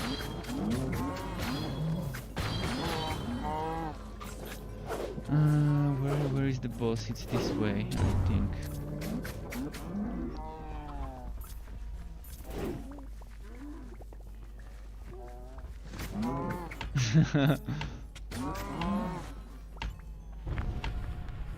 Because one of them was like barely alive, like one shot left. Even you would have been able to kill it with just one shot.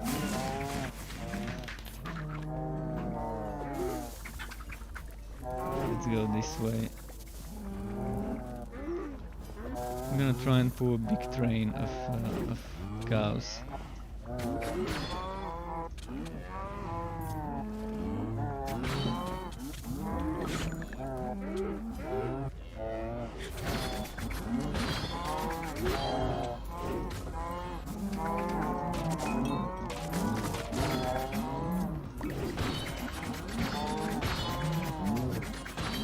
Yeah, that helps also. Some of the arrows help if you have some that explode. Exploding arrow, the artifact really helps as well. The exploding arrow artifact actually can do decent damage even at your item level. I mean, it's not gonna one-shot them like I do, but it's definitely gonna at least take 30% of their HP. This one, the fireworks.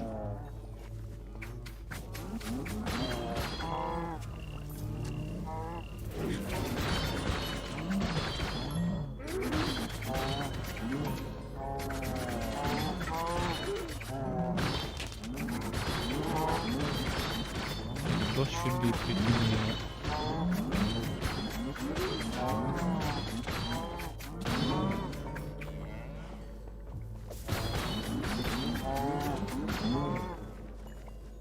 So I'm not sure whether I can do that boss solo on a 2-man difficulty, but we'll see. In the worst case I'm gonna cheese it. In the worst case I will cheese it if needed.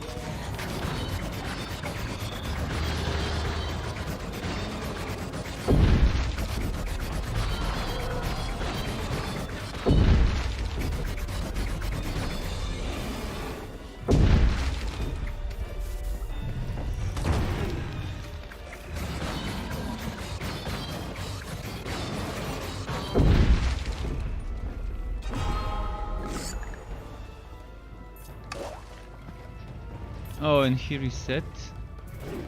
So he resets on this difficulty. Okay, I did not know that. He either reset or healed up.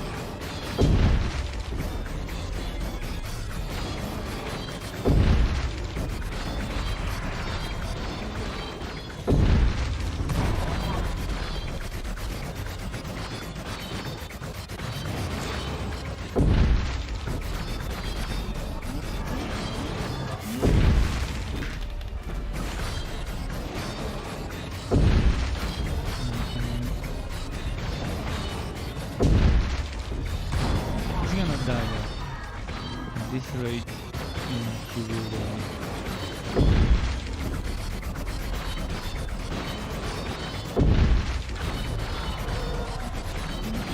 getting there.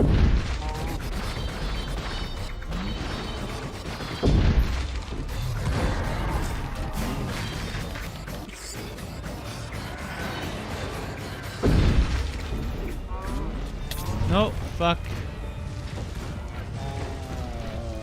He kept pushing me further and further and further into a bad spot. Please don't tell me he's gonna go back to full HP now. Oh, fuck it, I'm not doing this if he's back to full HP now. No, he's full HP. He is. Look at the stream. No, he's. Fuck it, I'm not doing that. No, if he's back to full HP.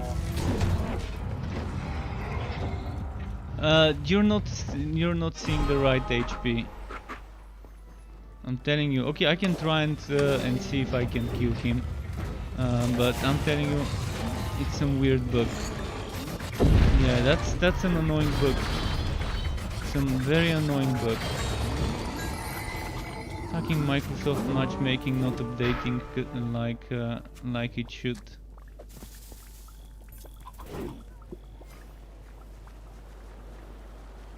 Bugs. Could it be the new app being glitchy and not synchronizing?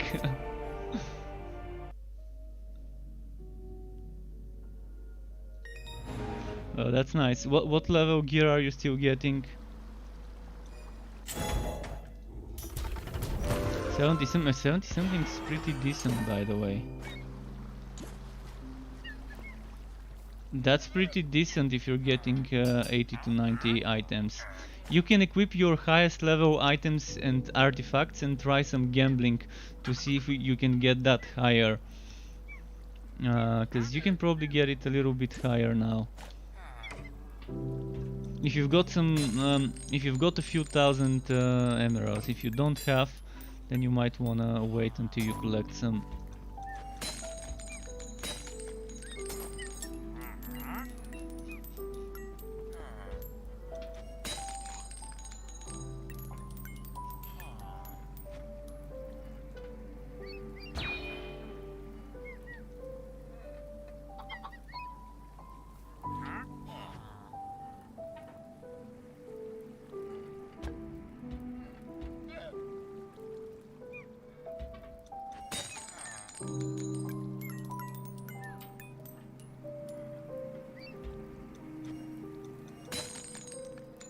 Yeah, let me know when you're ready. I'm gonna do some inventory sorting in the meantime.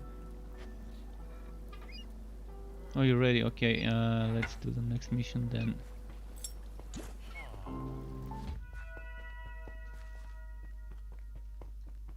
But then I'm not gonna get items for my level if I do it on a shitty difficulty. And then it's gonna be waste of time. Let's do this one, the underholes.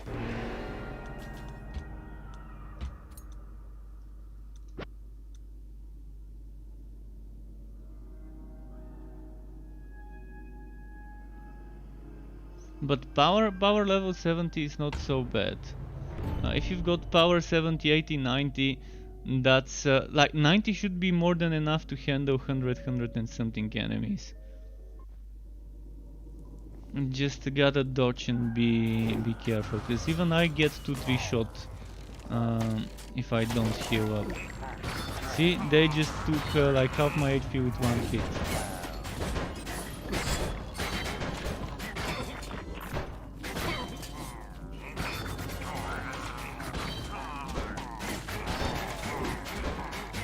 But I've got a lot of healing in my stuff.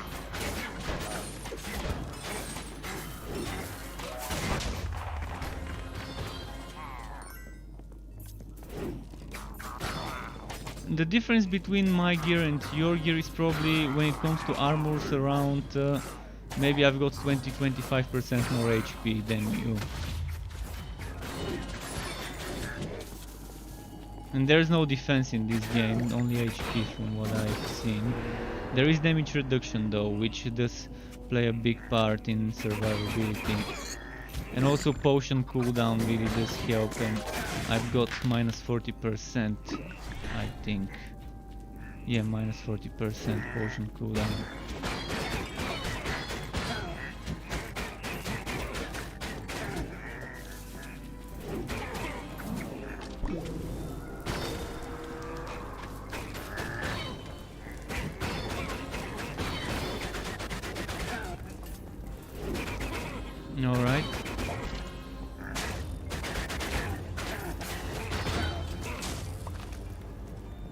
See, I didn't press Q. I didn't press Q. Now I'm pressing it, but it's weird how sometimes it just does that. It's weird, it's weird. But now I was paying attention to what I'm clicking, which was weird. Okay, under house, wait.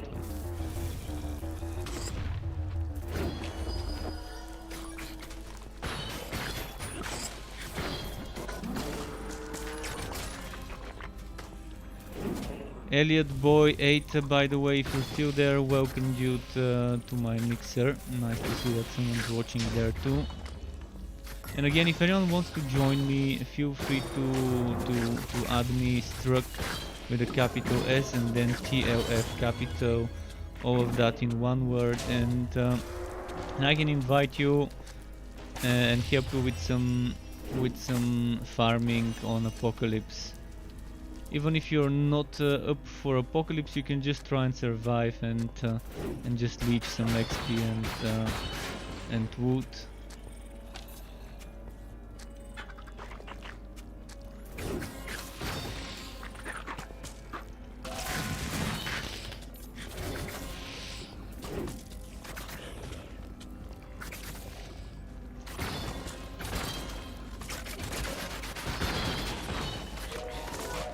If I remember correctly, this didn't have a boss fight at the end of that map. That's one of the secret maps, the Underholes.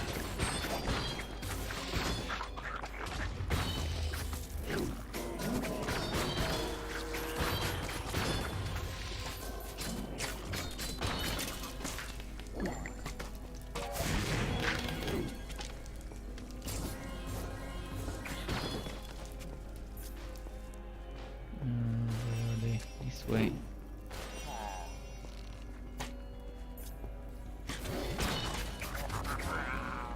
How many things are there to find? Only 2 chests. 0 secrets to find in this level.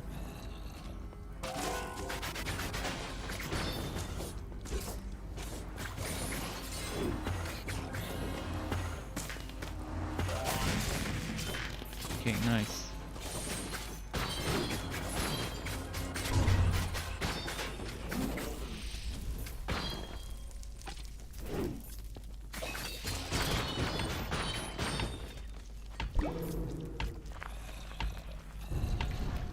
And boom.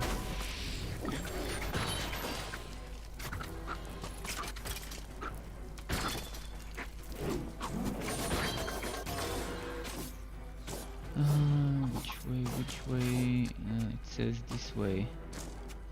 Fuck. We gotta go that way somewhere.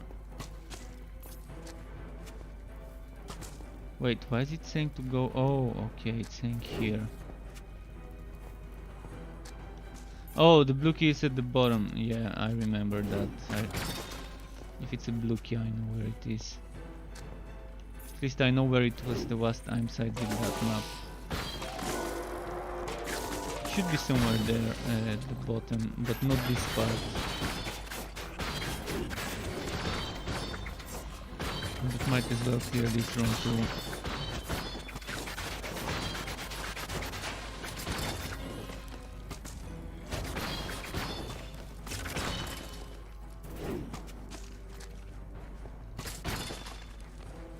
I'm gonna... no, not this way.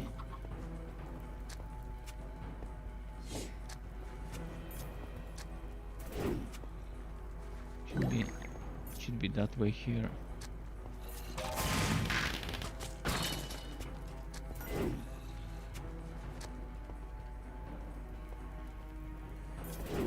Oh! Encounters.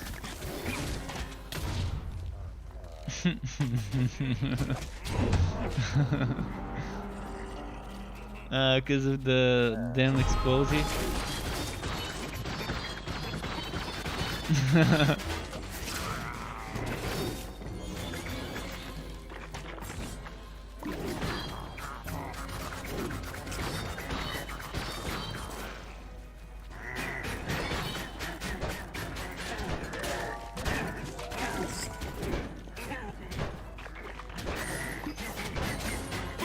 Not sure what this chain does, but it does something. It does something.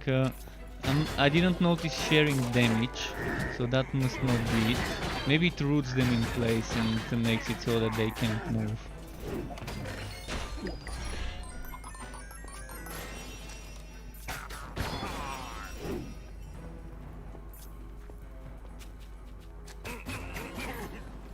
So the key should be somewhere here.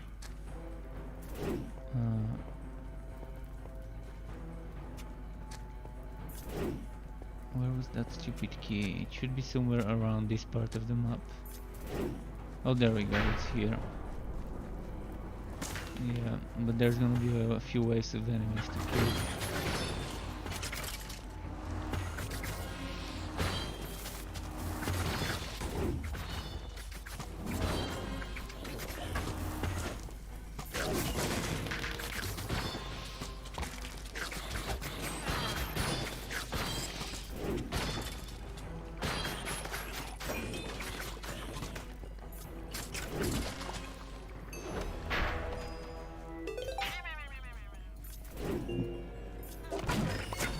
It was the door opening for the blue key.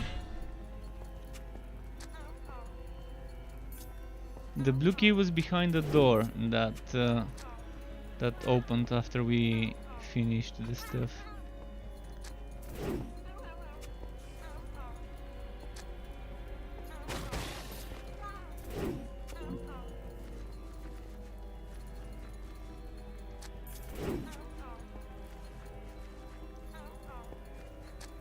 Wait, where is the blue key door? Ah, alright.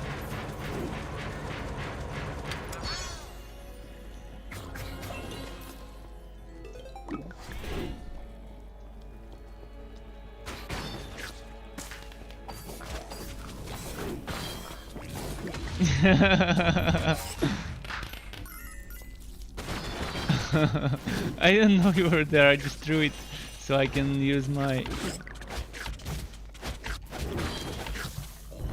Yeah, I threw it so I can use my arrow. If I don't use my TNT, I can't use my explosive arrow on the peak.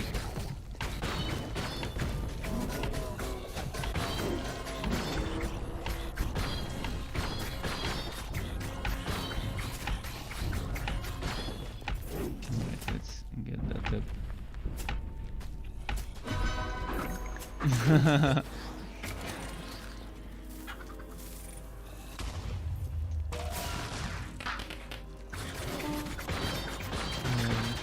Oh, there's something here.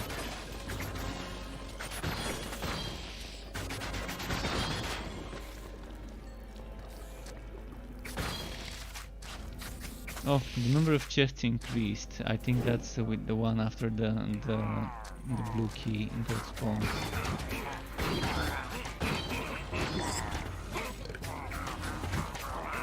There's so much damage here.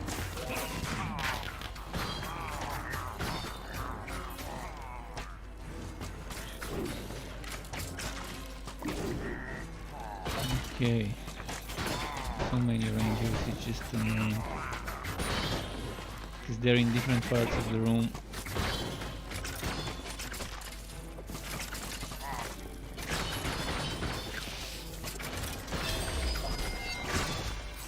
Another level up.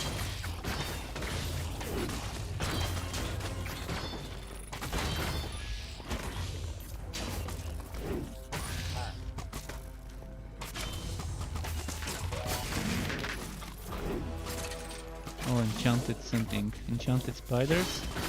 Yeah, enchanted spiders. But there's also someone shooting at me. Fuck. Enchanted rangers.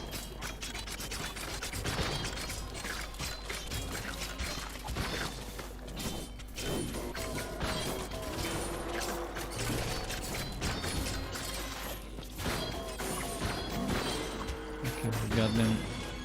Now, what's next? Maybe this way. So many archers, wow.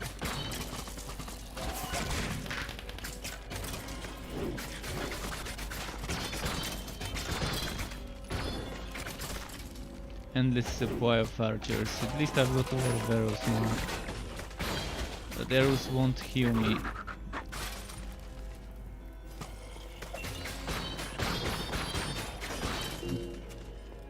Alright. Well, that's the end of the map on the other side.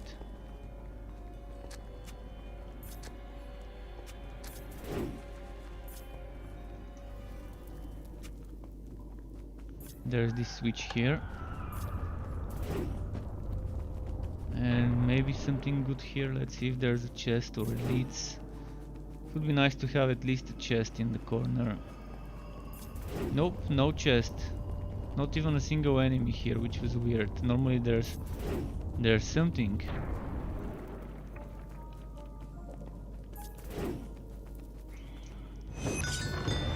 Okay, this one's completed too. I'm wondering what they have in store for the first DLC with the islands. What type of items they're gonna be adding.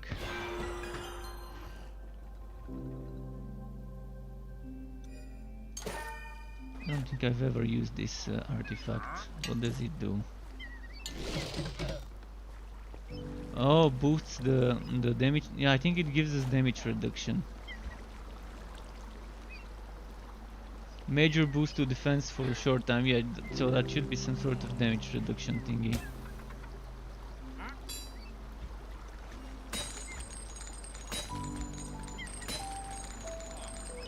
Okay.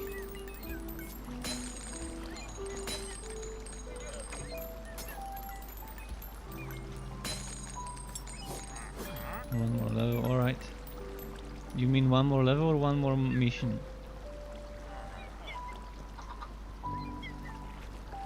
Like one more mission or until you level up?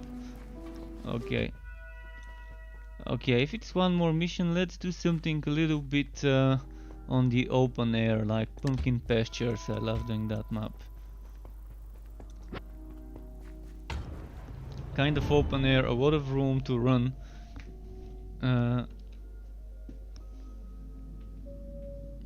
No, because I can't get stuck easily in this map. I mean, there are a few places where I can get stuck, especially at the end at the evoker. Did you skip the thingy? So I think I only die if I skip before you.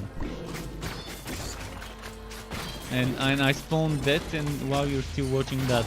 So if I don't rush into skipping ASAP and just give you like a second or two to skip it, I think I don't die. I don't know, at least that's what it seems to be happening.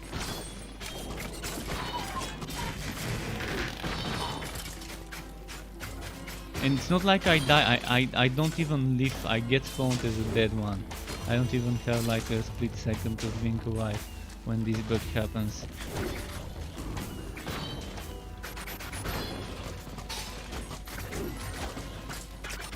Oh, a lot of ranged enemies again.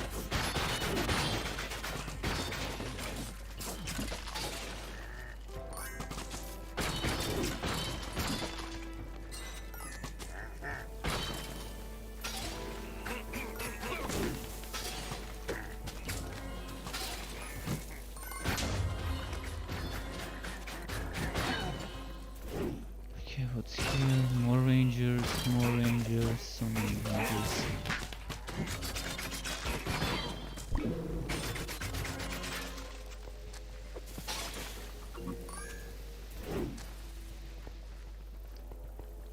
I'm still to try how difficult 4-man teams are. People are saying that the more people you have in the team, the harder it gets in regards to how much HP and damage the monsters have.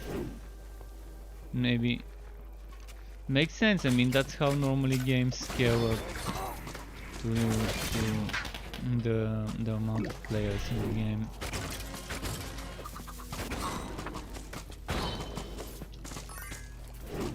Ah, oh my.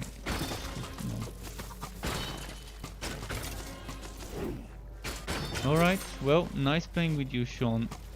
Have fun with Diablo farming, by the way. And to the rest, chat, if anyone else wants to join, let me know. In the meantime, I'm just gonna start a solo mission. So see you, Sean, until next time.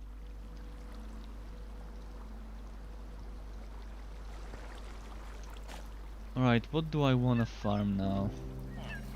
I'm gonna try and target specific things for farming.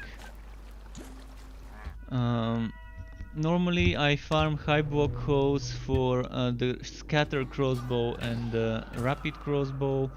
Another thing I like farming is Cacti Canyon, no, not Cacti Canyon, this Soggy Swamp for the daggers and the scatter crossbow. Soggy Cave for the dagger. I've not done Soggy Cave in a long while. Might as well do it, because it has some sort of puzzling mechanic there to do to unlock a chest.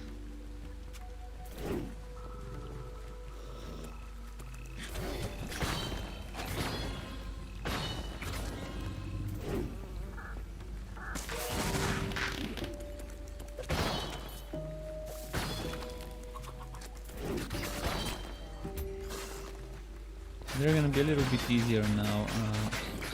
You just saw.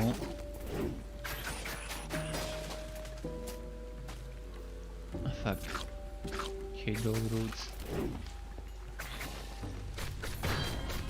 Would be nice if dodge roll allows you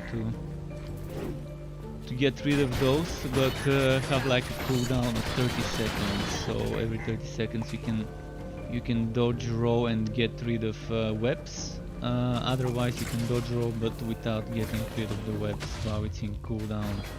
And not just webs, all sorts of crowd control, freezing and other things like that. Seems like an interesting thing if they add it. Maybe as a passive on an item. Oh wow! That was nice.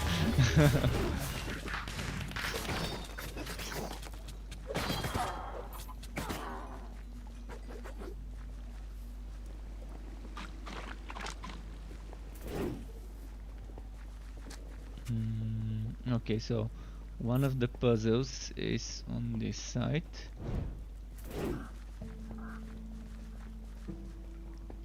So let's complete that one first.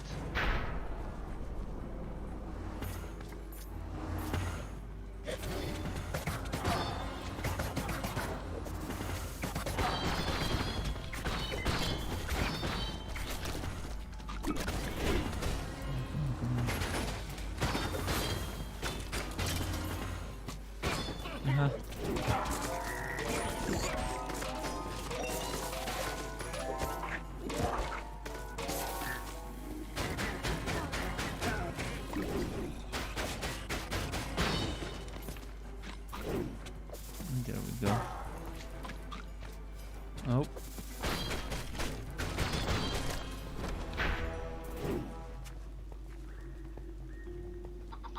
So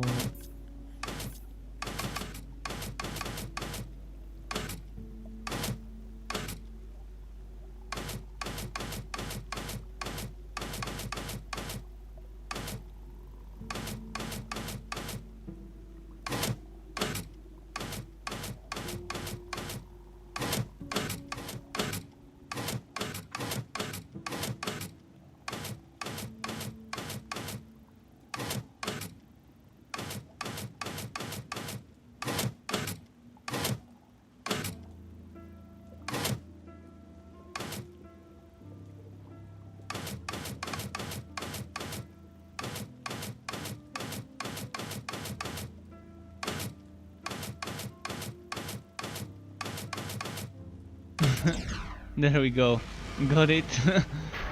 Takes a while to get used to it. I don't know the exact sequence to do it meta, but at least I know kind of what needs to be done. So now let's do the next one, which should be here. This one's a little bit easier as a puzzle.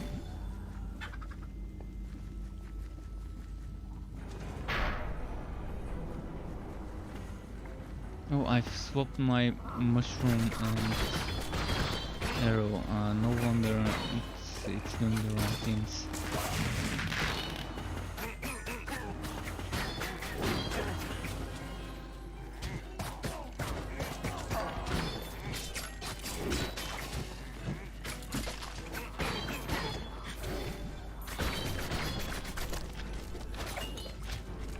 Not even sure how I managed to swap the places of those two.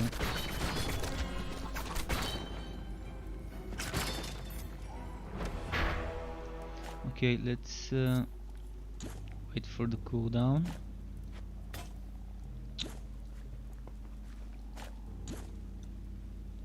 Come on, come on.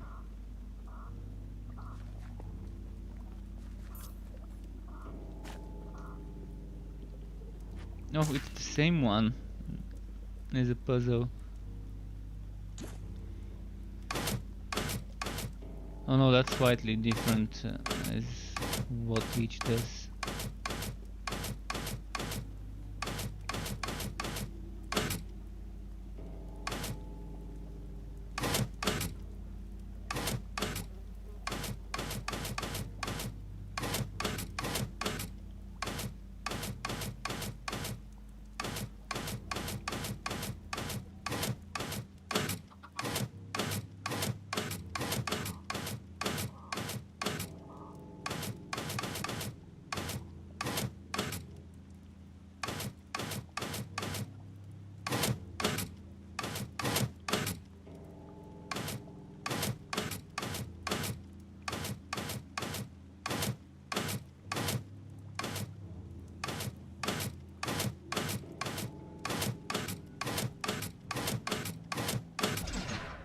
There we go. Weird puzzles. At least it's not that difficult. Thankfully. Now the big room. Did I see a unique? Nope, didn't see a unique.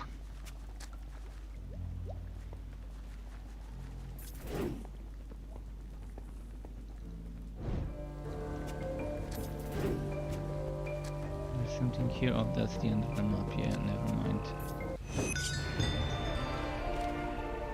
It's one of the shorter maps.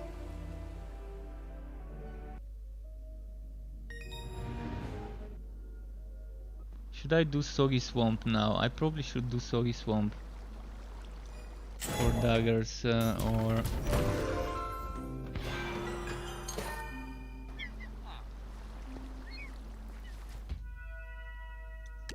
What can I get here?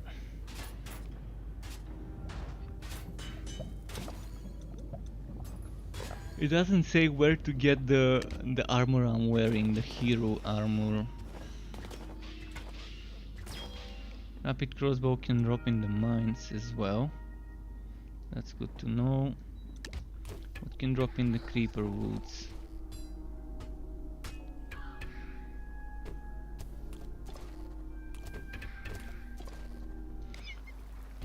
Thinking of farming for a dagger,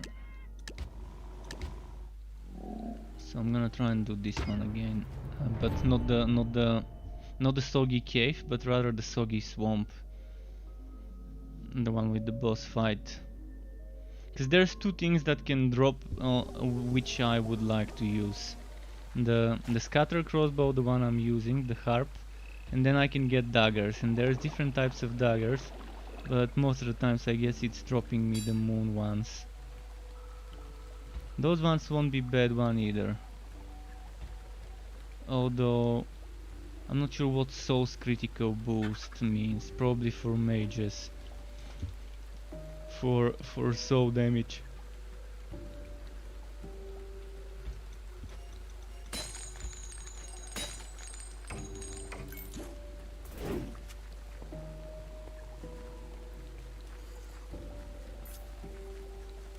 Or maybe when I collect souls it would boost the damage. But this is not a harvesting weapon, so it's not collecting souls.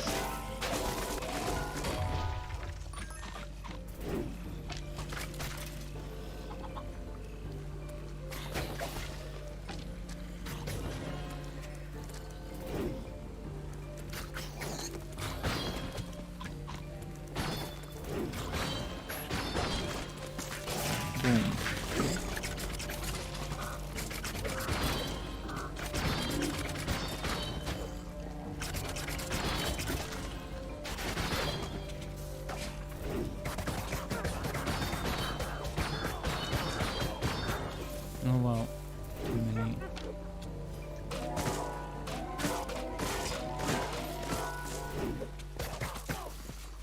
Fucking poison.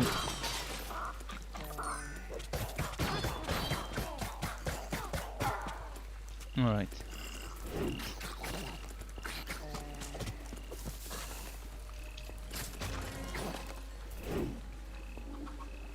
Can't wait to make a mage build when I've got enough enchantment points. Or when I can extract some of the ones on my Wobby items when I find better copies of those.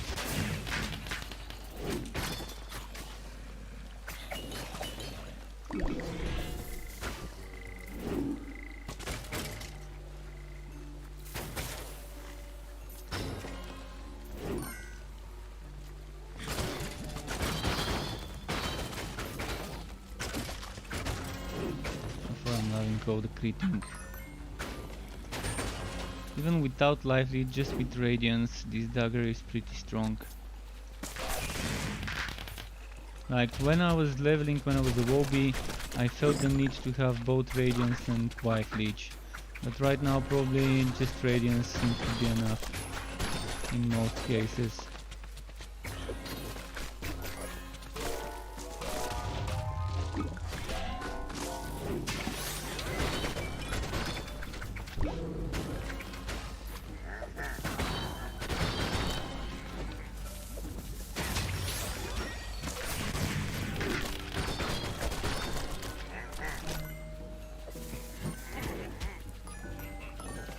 Wait, where's the next one? Over here.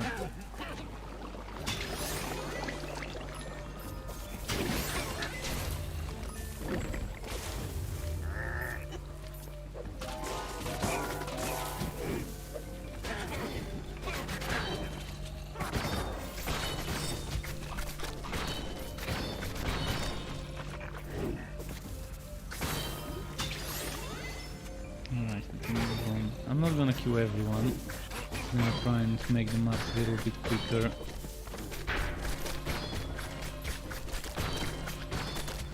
More bosses, probably will be more items per hour.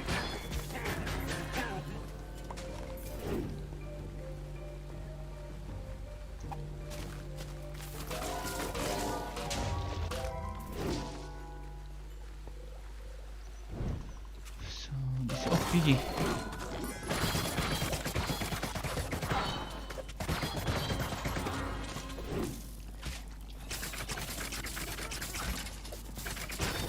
I'd rather kill those first before going for the piggy. Where did the piggy go? I think the piggy disappeared. Yeah, it might have escaped. Oh, one piggy less. There's a lot of enchanted on this one. Oh, no, not those enchanted ones.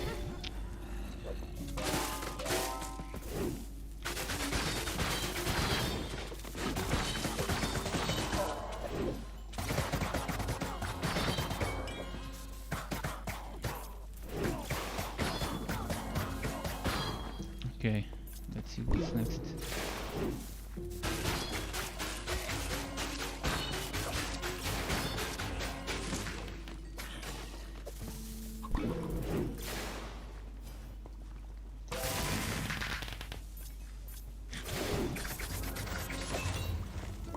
Couldn't kill it before it died, but at least it still dropped whatever it dropped.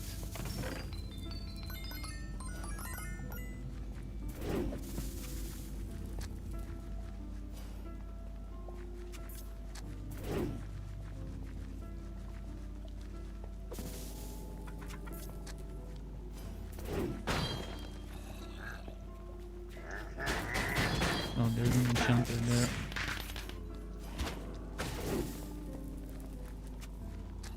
Or there was an enchanter. Ah, fuck. This way.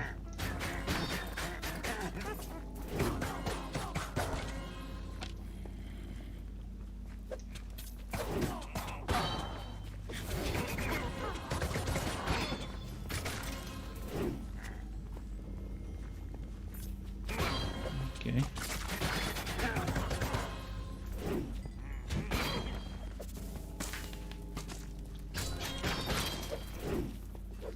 Boom.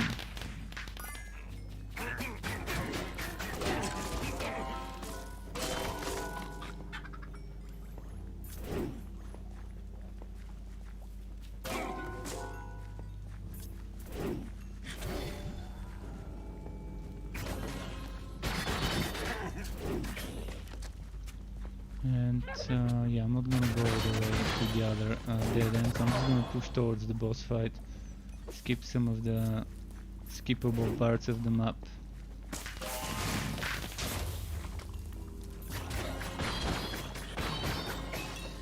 Oh, Piggy, can we get this one before it escapes? Fuck.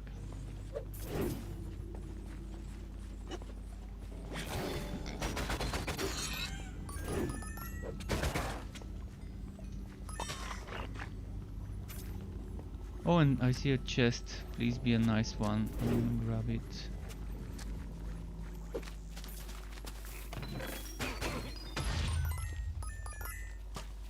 Archers. If there's archers, I'm gonna get this.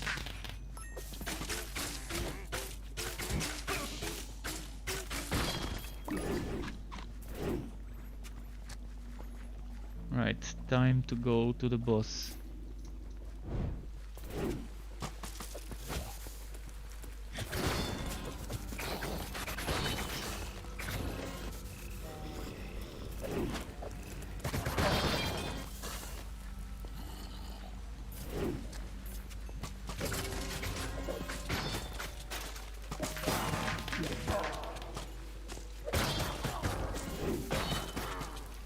Many ranged enemies. Not just the archers, but the witches as well.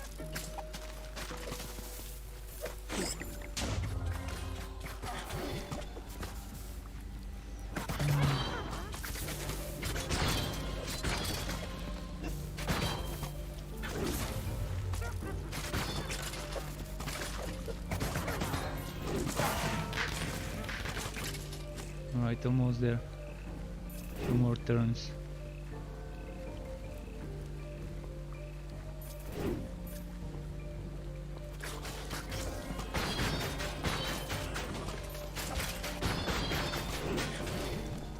Hey, Quickzy Plays welcomed you to the Struck Club. Thank you for the follow on Mixer.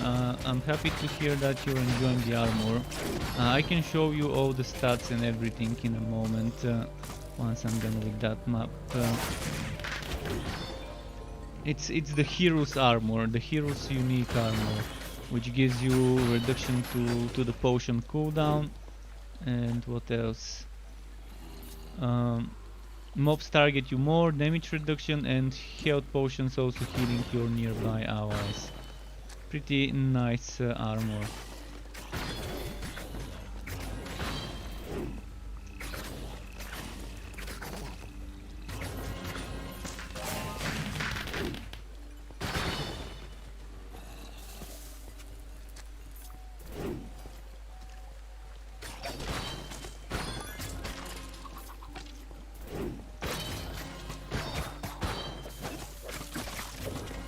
It's definitely one of my favorite bases from all the unique armors I've seen. Okay, that's not how we do it. Let's try again.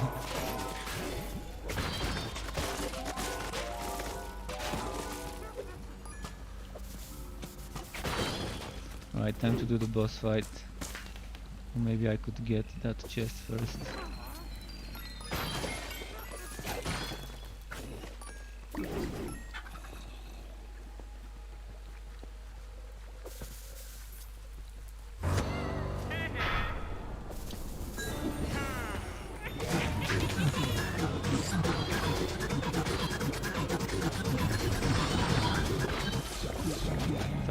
Fuck, don't die.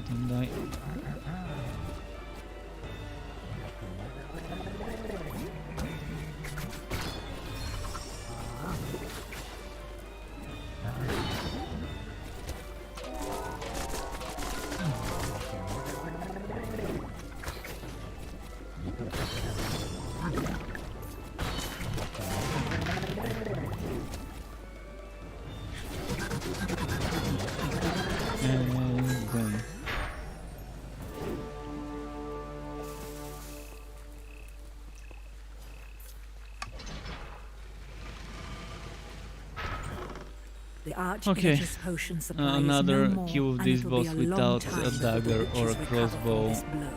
Still looking for Well an done. upgrade of those, of my dagger and the crossbow. I could try and spend some emeralds on not crafting, but on gambling. I think I've got like 5,000 emeralds. It should be more than enough. Yeah, I got 5,700. More than enough to get a unique or two.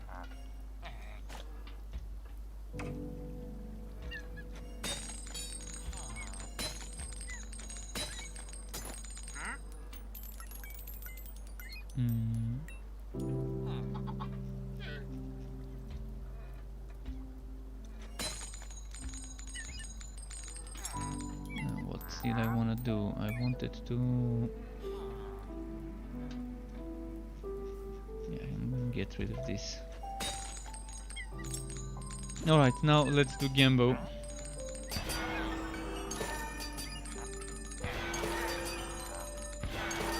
Can we get a 108?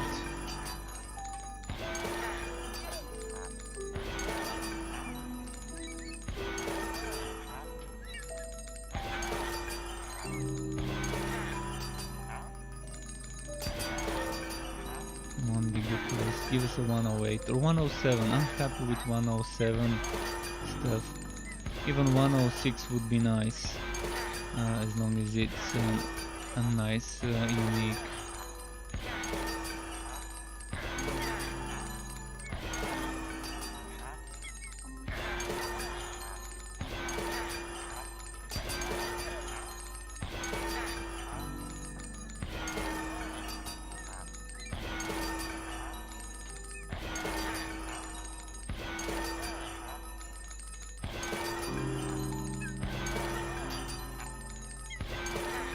Be good, be good, be good.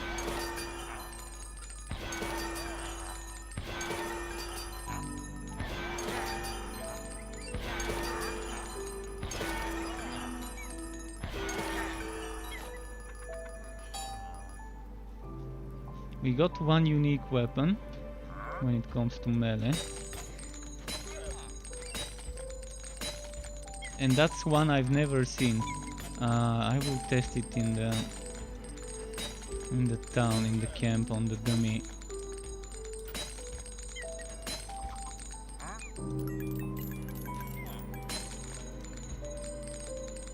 Master's Katana. Oh yeah, that's definitely one I wanna test. Unfortunately, it doesn't have a radiance. It does have wife leeching and it has a built-in crit chance. Another good thing it has is weakening. That definitely helps on boss fights.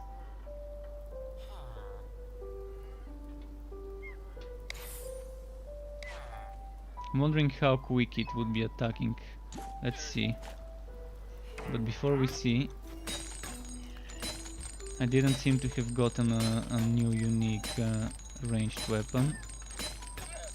I'm wondering if I got a unique armor from all that gambling. Whoa. 87? What? Why did it give me an 87? That's so weird, giving me an 87.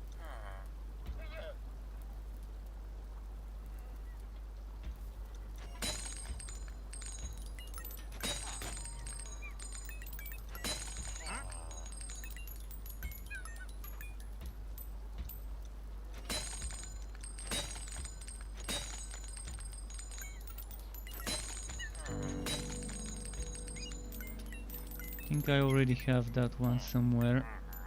Maybe I don't. I'm gonna just keep it for reference.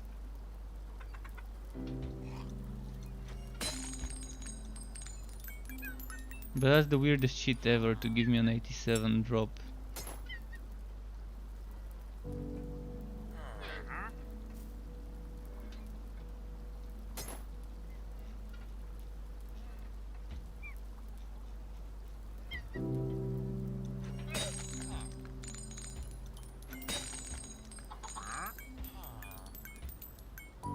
Protection, health, synergy, pretty nice.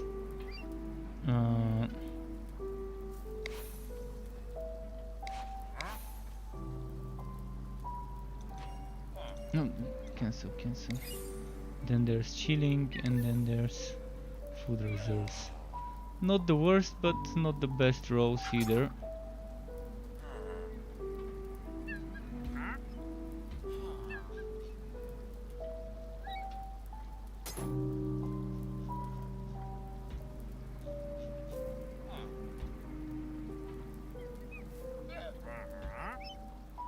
This one's better, it's the same level, okay.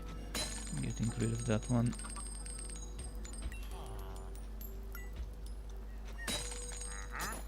Okay. Let's check the katana. I wanna equip it and see how it attacks.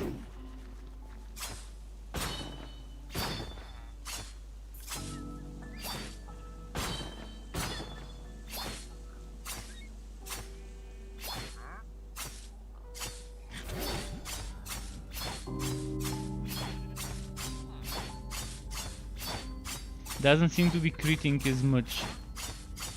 Look at how many hits I did without a single crit. I mean, it was critting at the start, then it stopped.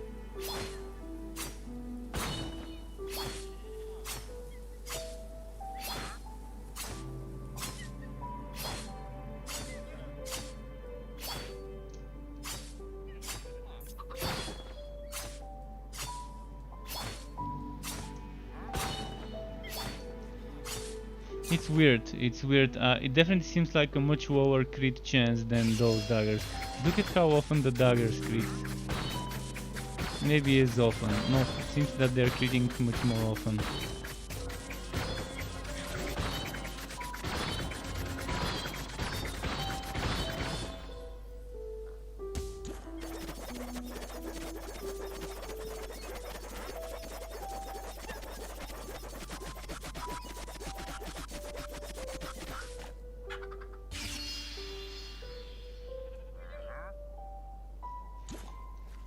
Alright. Oh, first aid.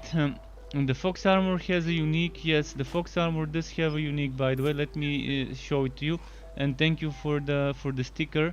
So the fox armor unique is this one. Chance to negate hits. Weapon damage boost aura. Health potions, heal nearby allies. Thank you for the other sticker as well. Really appreciate that. So it's pretty nice. Chance to negate hits, weapon damage boost aura, and health potion heals nearby allies. If you want to see some of the other uniques, just to know for reference, this one is the Highland armor. Gains speed after dodge with damage reduction and melee damage built in. This one is chance to negate hits, souls gathered, and artifact damage. So this is your mage build, non-summoner mage stuff for artifact damage. This one is damage reduction, souls gathered, and wife steal aura. So this one might work well with hybrid builds, like either with a necromancer to get not necromancer, but a summoner to get your summons to wife steal, or it could also work for some sort of a spellblade setup where you're using melee often. And taking some damage yourself, but also using some spells with the souls gathered. So I would say this wither armor would go very well with this thing, with harvester. Definitely, maybe you can use a sight, a wither armor, and a harvester passive, together with some other things like the totem of shielding or the totem of regeneration. Or maybe even the weakening thingy, it might work well. Where it comes to uniques here, I can show you some of those. If you want to see some of them in detail, let me know.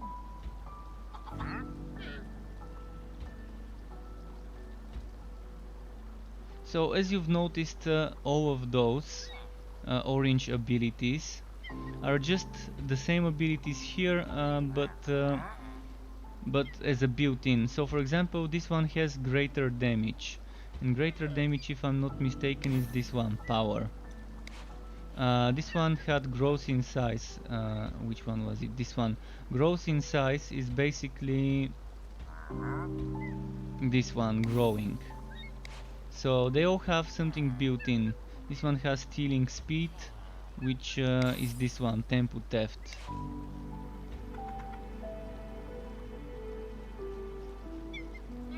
The best things as a base for me, for the way I like to play, are the harp crossbow, which is this thing, scatter crossbow, drops in cacti, no, drops in the Swoggy Swamp and drops in high block holes, and then the rapid crossbow, which drops in the high block holes and in the redstone mines. Those are my favorite bases. I also love daggers and knuckles. Daggers and knuckles with their fast attack speed, also sickles are nice, because they help proc the healing quicker. Let's show you the secret cow level, quick run. And that's probably the best level to farm for XP. Pretty nice and simple level, good to farm XP on.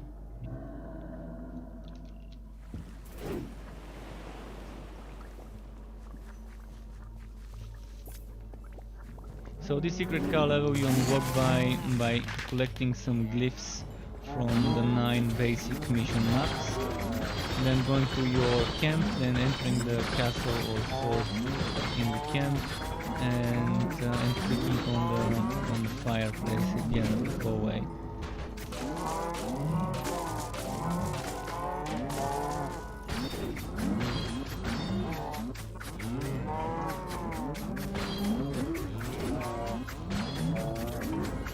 That's secret cow level. Not that secret though, but you still have to go through some gathering to be able to unlock it.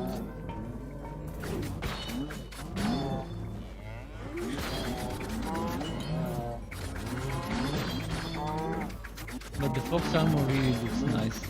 It is one of my favorite ones when it comes to how they look. If they add some smokes, where I can remodel my currently equipped armor to the one I like, it would be nice.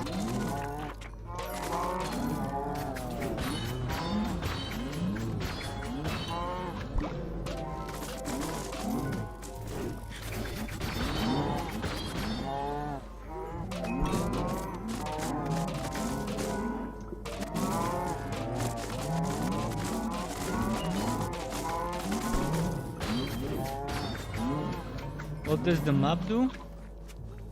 Well, nothing too fancy other than just being a map that look at the density of the enemies.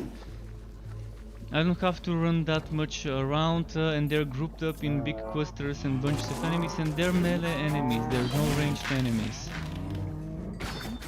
So you can just either play them with ranged, not let them reach, or just cluster them up and explode them with different things, such as the firework arrow. And it has a boss fight at the end that can drop some nice uniques. Not my favorite uniques from this guy, but I think the fox armor drops here. If I'm not mistaken, you can get the fox armor here. I've been doing a lot of this map, that's why I have 2 of those unique fox armors, in fact. This is where I mainly have been getting levels. When I'm not streaming and I'm leveling offline, I do it on this map.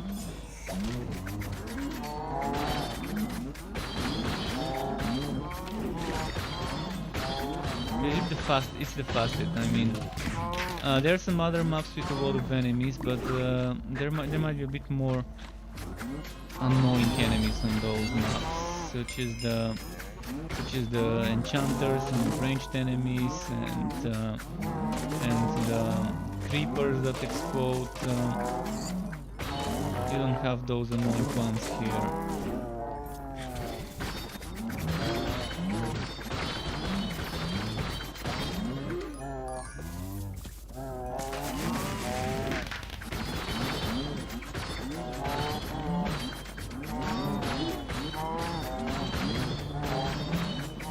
The game sound is higher than my voice. Okay.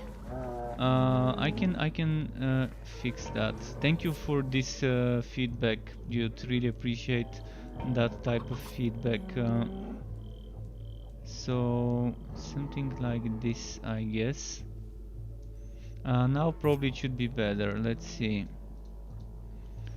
Alternatively, I can just reduce it from here.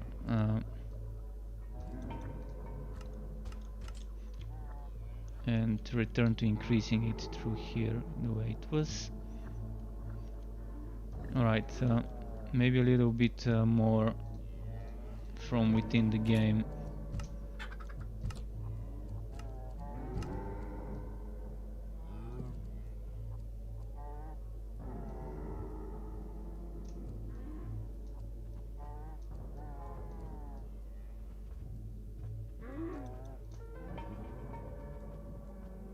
Alright, that should be fine.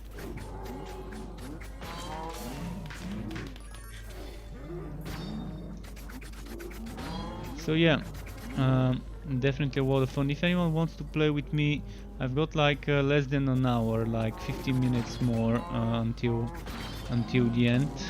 So we can squeeze in a few maps. I can help you farm some stuff on Apocalypse, or I can just help you get some XP if that's what you're after, or complete a map that you might be having trouble completing for your completion. You're pretty low level. I don't really mind you being low level, especially if you just stay back and try not to die, and just follow me once the enemies are dead and pick up the wood and stuff. That's not something I mind, as long as you're fine with this difficulty, Apocalypse. Because if I go on the lower difficulties, I'm gonna be getting shit wood, and it's gonna be boring as hell as well. Here I'm getting some sort of challenge, and you're still gonna be getting XP and items here though.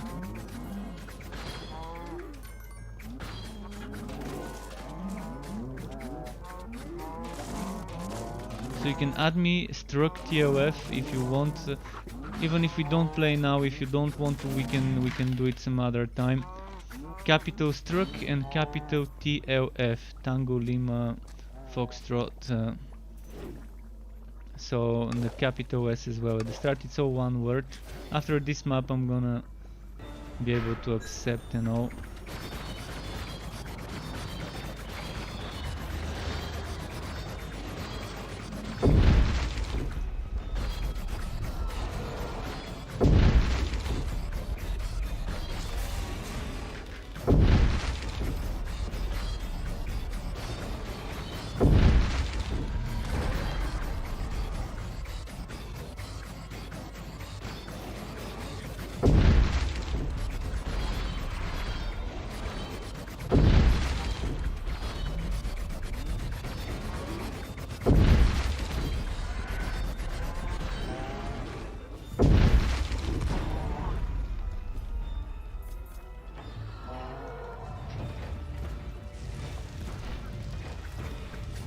Let's look for those arrows, those explosions to stop.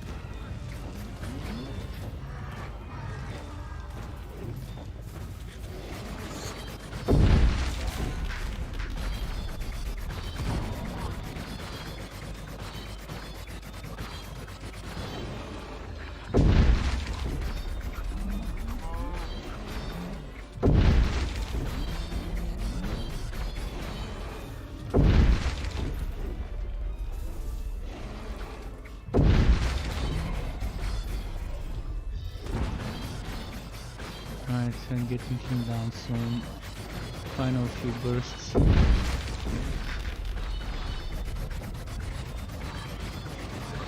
And he's dead.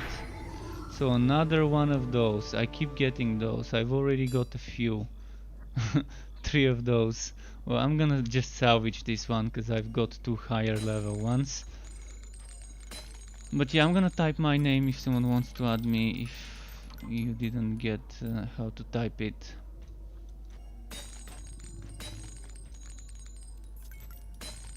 And I don't play just this game, I also play a lot of other hack and slash ARPGs, such as Warhammer, Chaos Bane, Wolfsen, Last Epoch, Torchlight 3, just to name a few. Grim Dawn. I haven't got Titan Quest, but I haven't played that in a while, probably half a year or so. Yeah, this is on the new Xbox app. The new Xbox app, that's where you need to add me.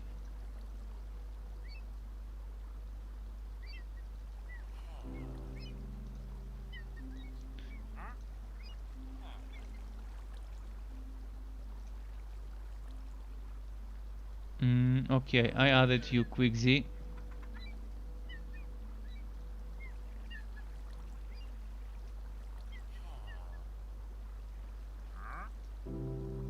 Loving that they made a nice new app. Definitely seems like a better one than the previous one.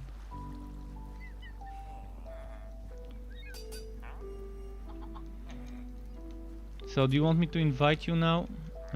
If you want me to, I'm gonna send the invite.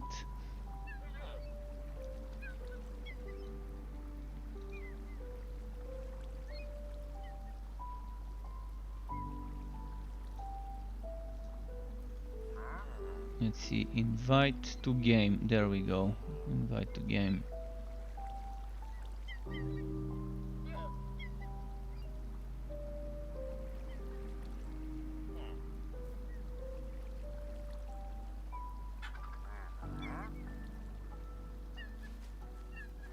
So if you need help with certain missions of your story that you just can't complete solo, I can help you do those. We're gonna do them in Apocalypse, but it's still gonna count for your progression. Try again? Okay. Let's try again. Invite to game.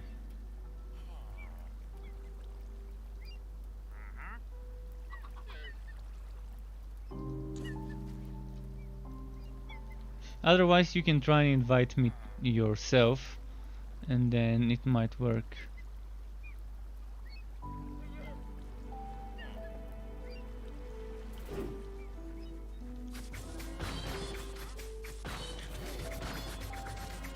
I don't mind if you're hosting, it's all the same for me.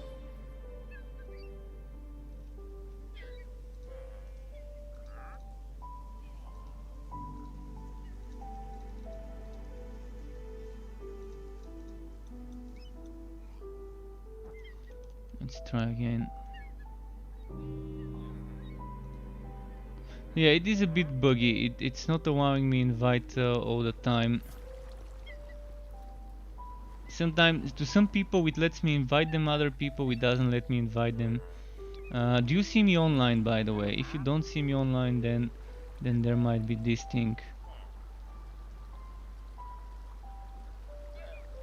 I'm pretty sure appear offline is not enabled on my end.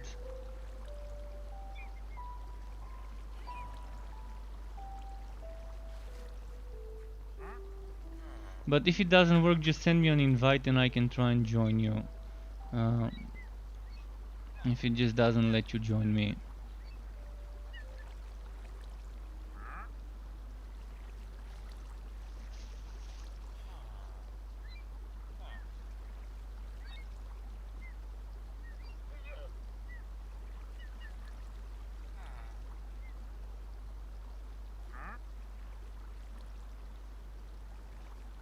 So what's happening?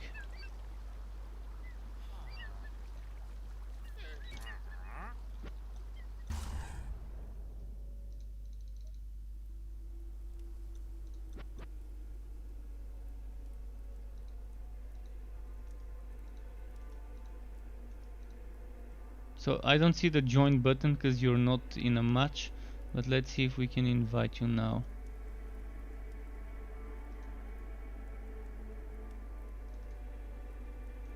Nope, I think it doesn't let me invite you. I mean, I can click on invite to game, but nothing seems to happen. Annoying. Well, yeah, just send me an invite. Start a game, send me an invite. I can join your game, and I can just run high-level maps from there. it should be no problem. In fact, as soon as I see you inside the match, I might be able to just join myself from the button in here.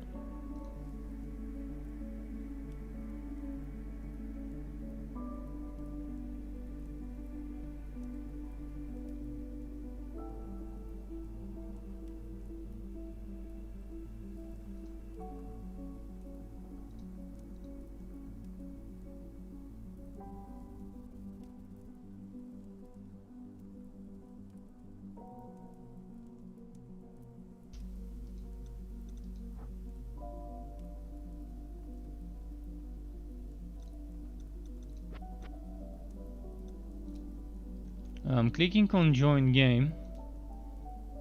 From the app, nothing's happening, and I'm not seeing the join game option here, but I am seeing you online.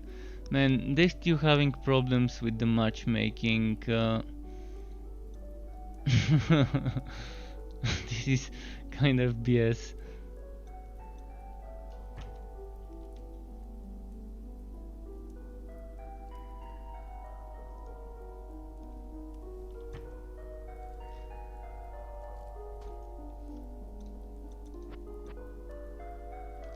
Yeah, it's not letting me join. Are you on PC or on Xbox?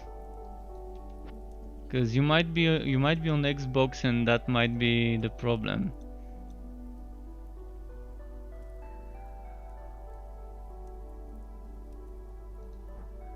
You just voted. Oh, you're on Xbox. We should have started with this. I'm on PC, man.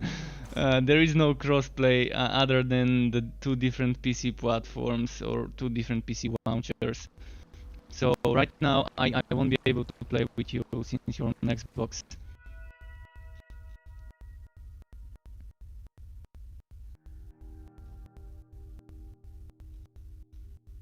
And I probably misunderstood your question. You said on Xbox, right?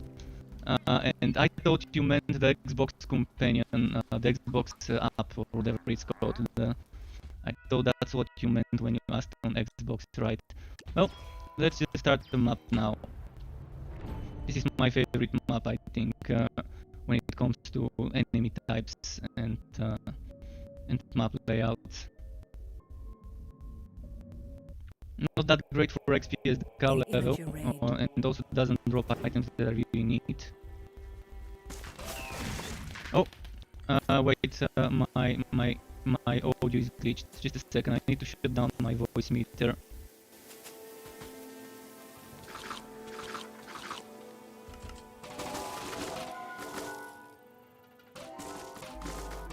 Alright, so yeah, you probably were hearing some weird audio, like robotic voice. This happens with voice meter, it glitches and all my audio turns into robotic audio. Even though I'm fucking paying for that program for voice meter, I still keep getting this bug once every 1 or 2 days. So I can't wait for them to add crossplay, because this game is perfect for crossplay. If they do add that, there's gonna be many people that are happy about it. The least they can do is add the Xbox and PC crossplay, because it's all Microsoft stuff, so even if they can't add Sony crossplay with PC and with Xbox, hopefully they add with the next DLC the ability to crossplay between Xbox and PC.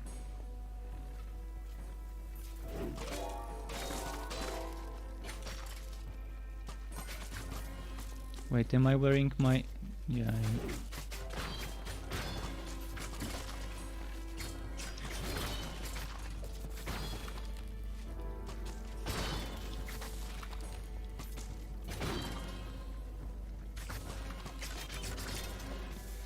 Crossplay is just one of the best things in gaming for all sorts of genres. Maybe for shooters it's not that great when it's competitive, because some people are not that great with controllers. and might feel disadvantaged playing on a controller versus a shooter person playing on a keyboard and mouse. But for games like this one, where you're just doing PvE and you're not competing, it's perfect to have the ability to play with people from all sorts of technical backgrounds, or whatever you want to call them, platforms.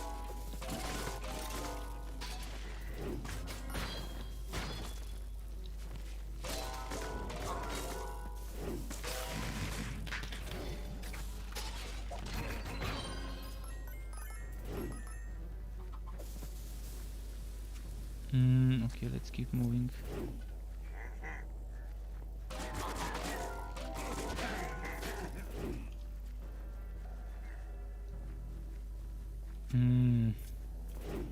Okay.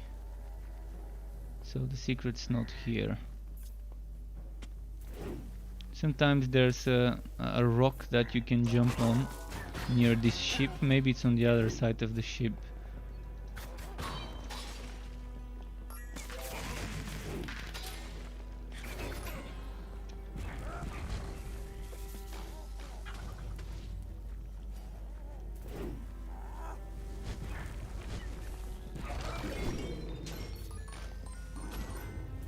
And boom. Geomancers, they're annoying.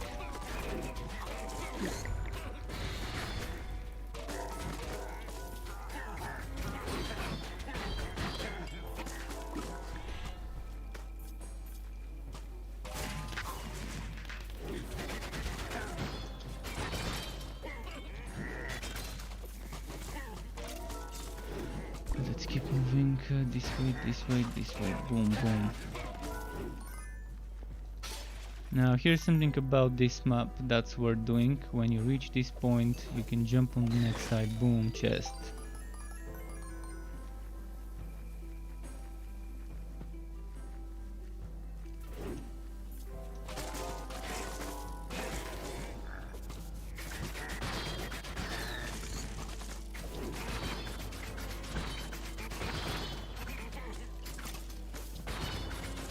Come on, die.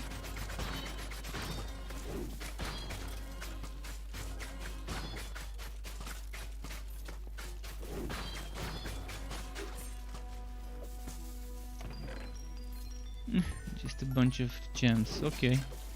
Still, gems are always nice, especially when you save up some and try to gamble multiple times in a row. You kind of pump that RNG. This is how I like to deal with games with RNG stuff. Like food the RNG with tries. So get prepared for multiple tries at once, rather than gambling a little bit now, a little bit later, a little bit after that. I try to just save up some stuff and then gamble a bunch of times, or several times in a row. I think for WoB players, for people that are still leveling up, it's super nice to save some emeralds until you're starting to get level 90 items or 100 items. And by the way, there's that secret here. If you encounter this place, just click here, boom, secret. And this is where you find one of the glyphs in that room there. One of the glyphs needed for the cow level. I do have videos about the cow level on my YouTube channel, and I'm assuming most people probably already know about that, unless you've just started today or yesterday. And the secret cow level, definitely, if you've seen, it was pretty fun doing it a few minutes ago.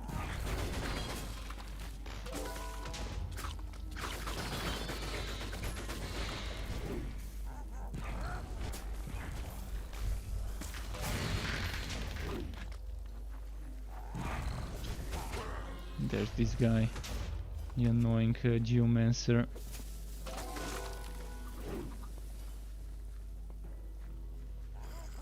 Oh yeah, there are chests. I think there's 5 chests with 50 emeralds in each chest. all over the camp. And then when you unlock the cow level, there's those big blue chests. I don't know the official name. I call them obsidian and diamond chests. It's either one or the other that the official name is probably. So those big chests, there's 2 of them in the room where you unlock the secret cow level, and I think you can just save those for when you reach level 100 or power 100 items.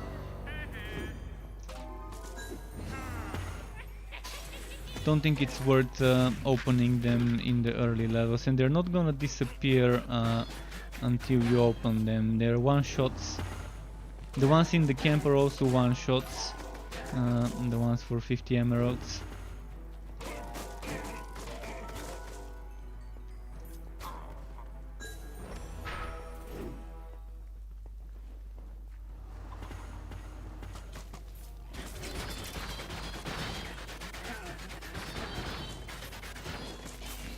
Boom.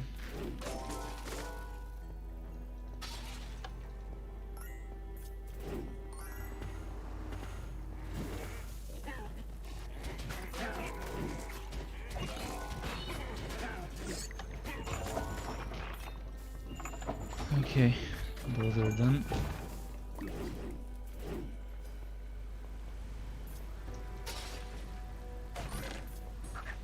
And there's maps that are amazing for farming emeralds, whereas others are amazing for farming XP.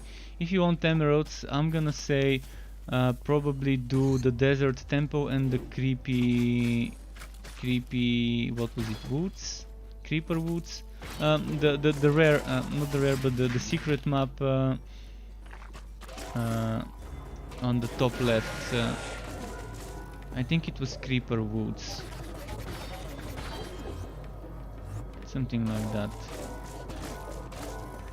Not the regular one, but the rare one. Forgot its name. Can't see it right now. But that's the map that probably can give you the most amount of chests and secrets and items from those chests, and so many enemies. Probably takes the longest time to complete it too, if you want a full clear of every single enemy and chest. But the amount of emeralds you can get from different lootable and breakable objects, and the amount of chests on it is just off the charts.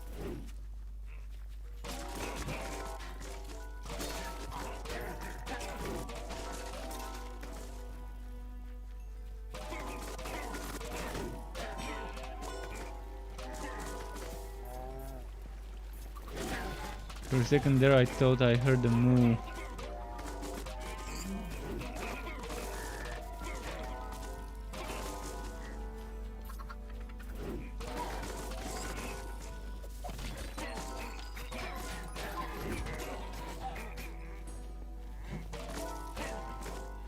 Let's keep moving.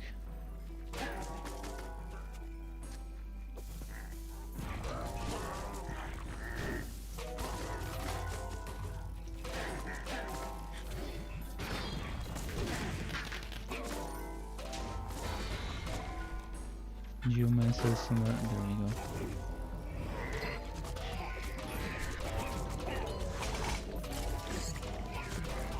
What's happening? Is that an evoker nearby? Oh yeah, there is an evoker.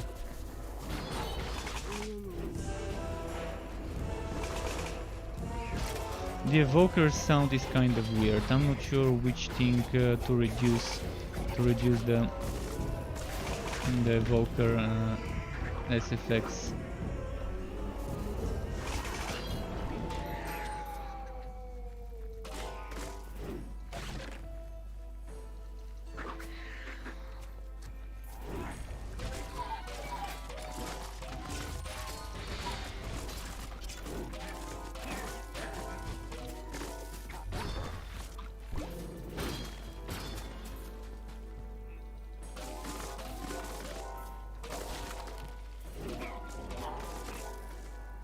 Alright, getting close to the final boss of that map,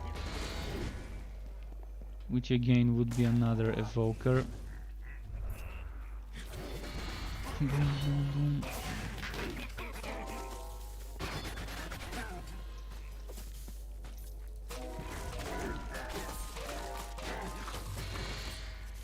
I'm wondering what the new abilities and enchantments would be when they add new items with the DLC.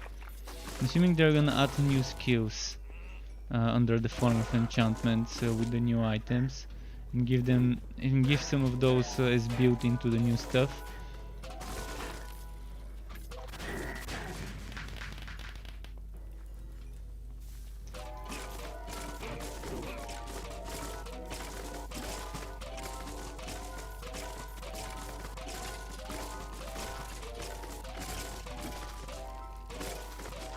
Alright, those are dealt with.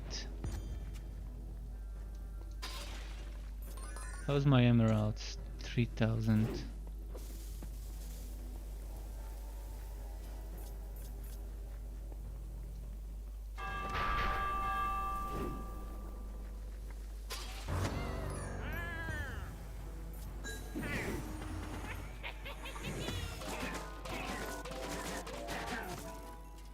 Come on, illagers.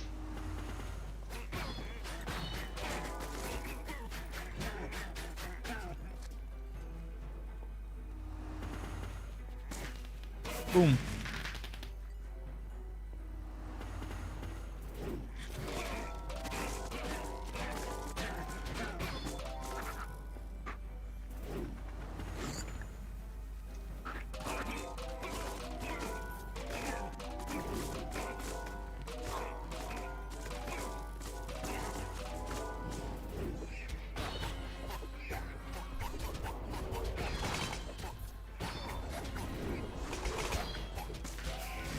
Ah, fuck, missed.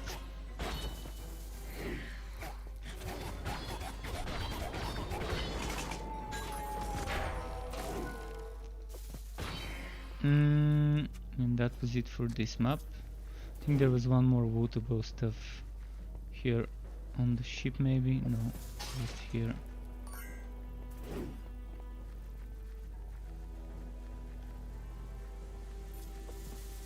What's the time? 7 minutes past midnight where I am. So we've got like 20 few minutes. You did it, and the villagers of the pumpkin pastures go on to fight another day. What have I not done yet today? Maybe a desert temple mission. Keep getting this disconnect stuff.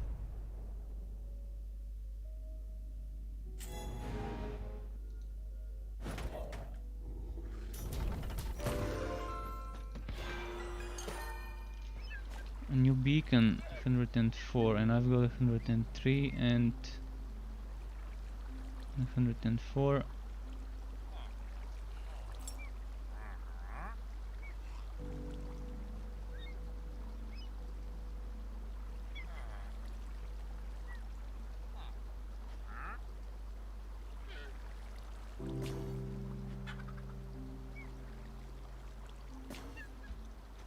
I always keep 3 of every artifact. In case I wanna decide to make a build with using this artifact 3 times, I try to keep the highest 3 levels possible for every artifact I've got.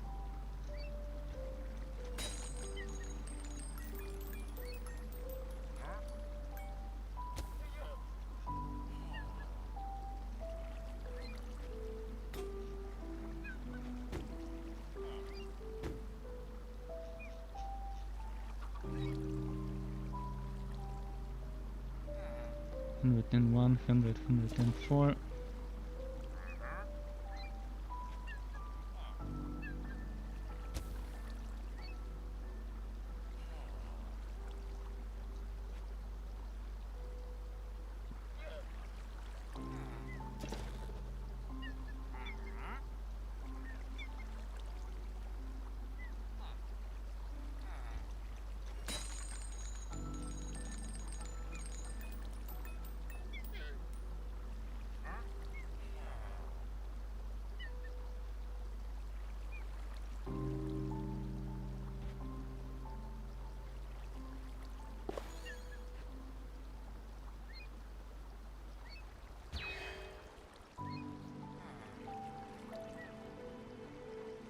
Okay, I don't need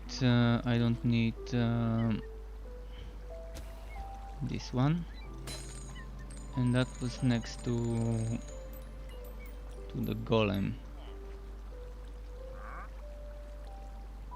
Right, let's do the next map.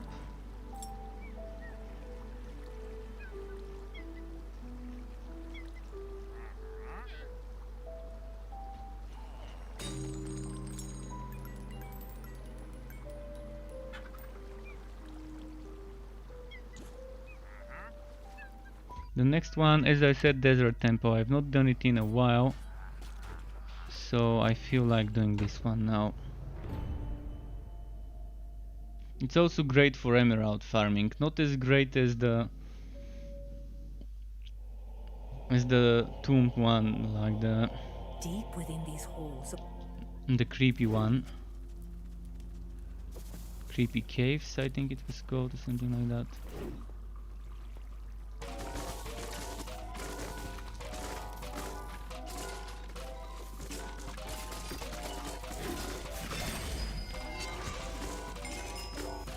Level, nice.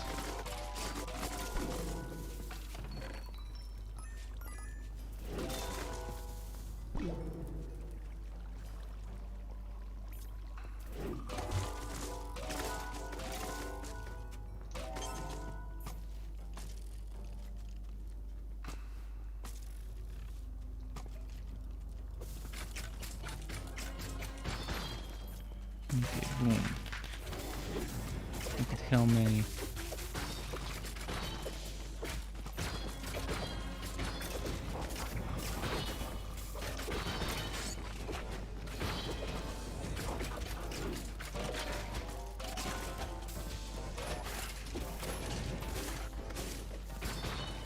Wow, that was a tough spot.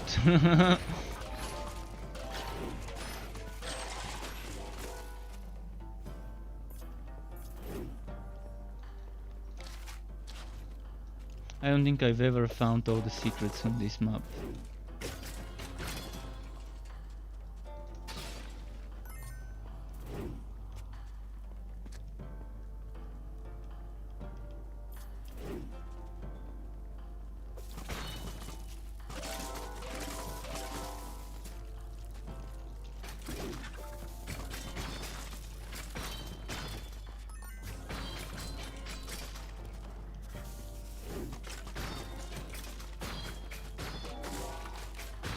And what's here? I'm gonna go this way first. Oh, that's actually where the mission is. Let's go the other way then. Let's try and explore.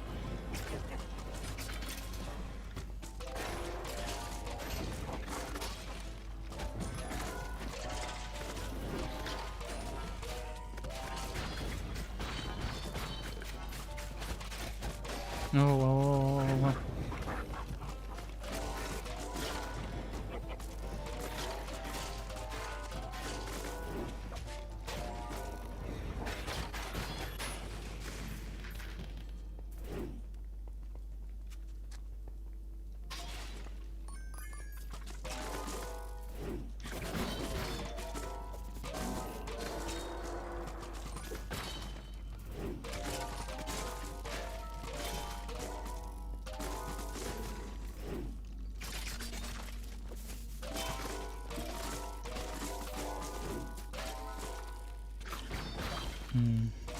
Come on.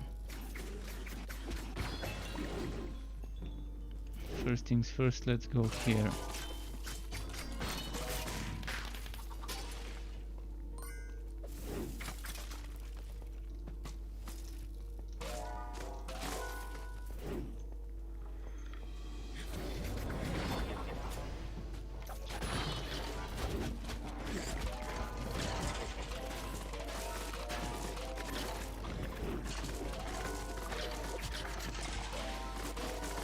This crossbow is just saving my ass sometimes when there's a lot of them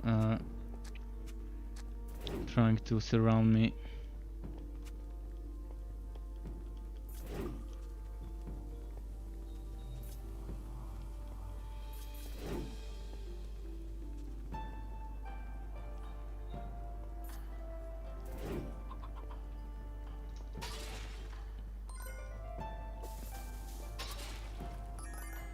So, do I go this way first or do I go the other way first? I'm gonna go here first. There should be some sort of a secret or something. Shouldn't there? Otherwise, why have this hallway empty, no enemies?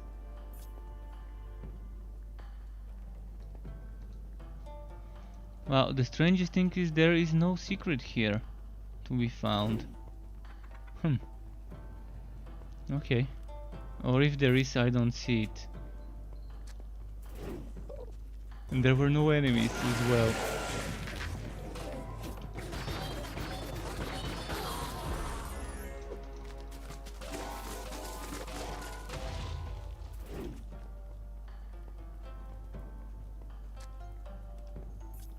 I wanna try something. Instead of movement speed, I wanna see how strong the burning arrows are. 104 is my best.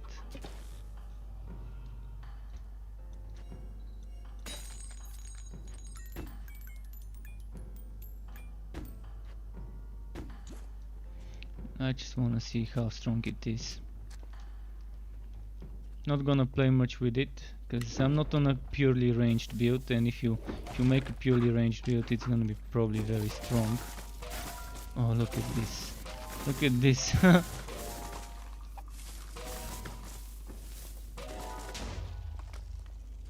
But even without those, I still do a lot of damage with this bow, so that's just some extra.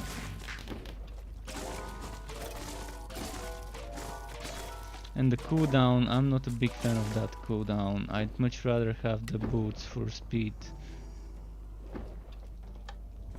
The speed boots have also saved my ass multiple occasions.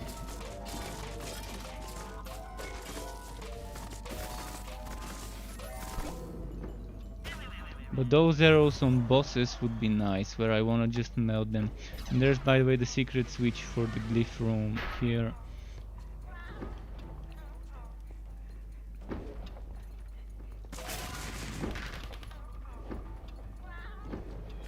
I'm gonna go back to the speed boots.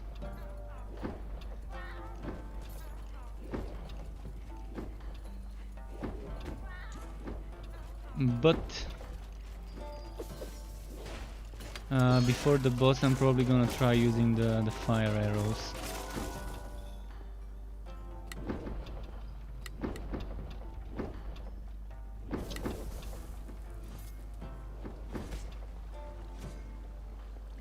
Should I go here or just speed run it?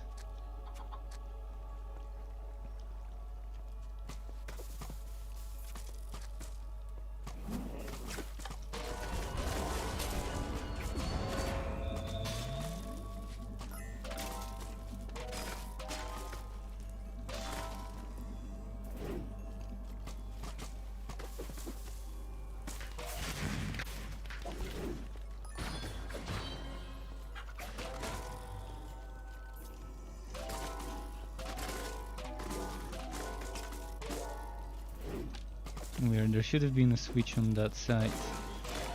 Maybe there's an order how the switches appear. Okay, there's a switch here.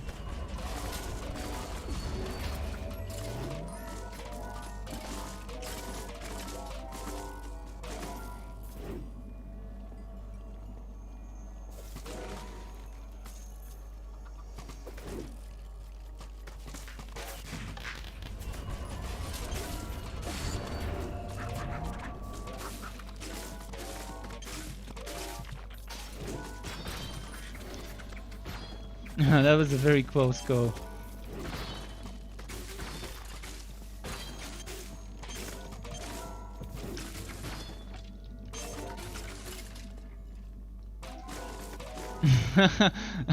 That was so many narrow escapes, one after the other. Pretty surprised how I survived.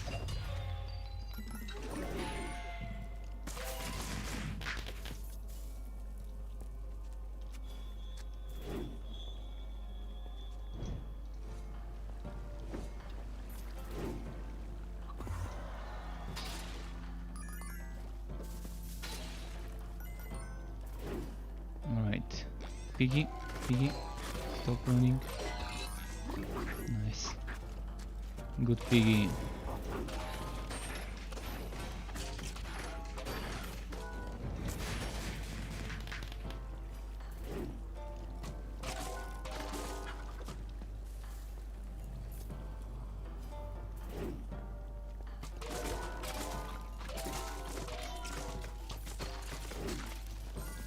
Knowing that this level is dropping me a decent amount of arrows.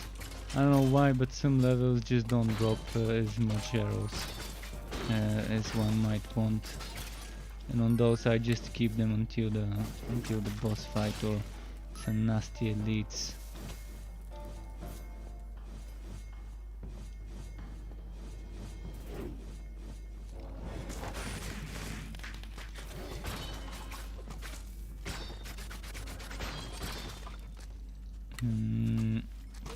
Smell like there's gonna be a trap room probably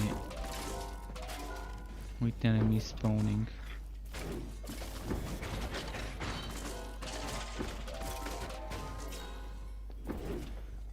Let's keep moving.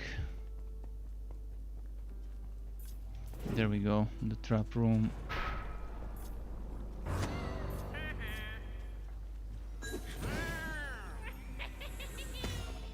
I kind of pulled the trigger too soon on my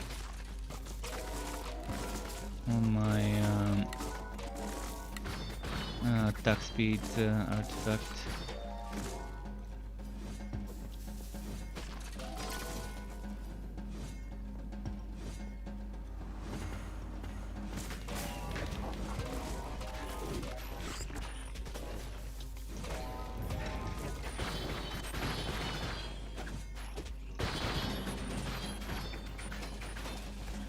Alright, got those.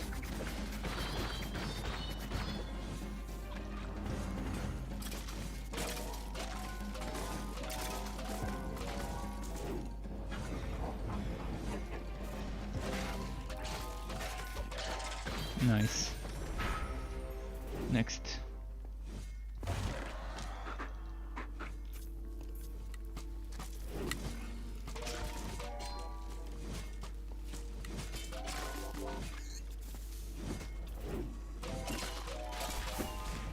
Boom.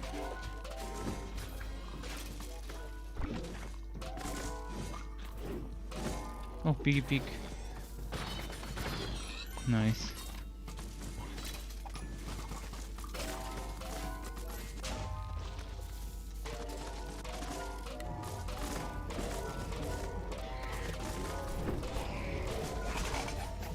No, Evoker didn't even notice he was here.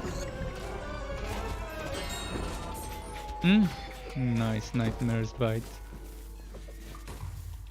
Oh wow.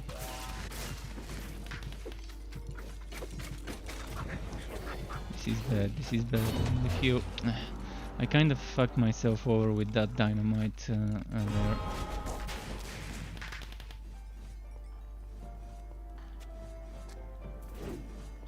Let's see what level the drop was. 107, and I've got an old one, 72, which I no longer need.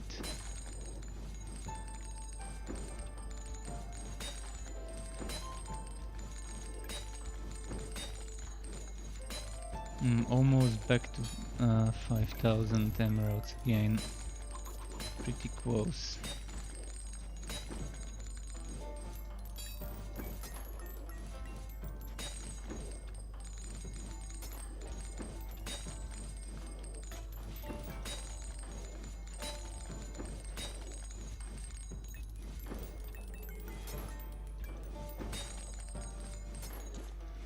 Okay, let's move.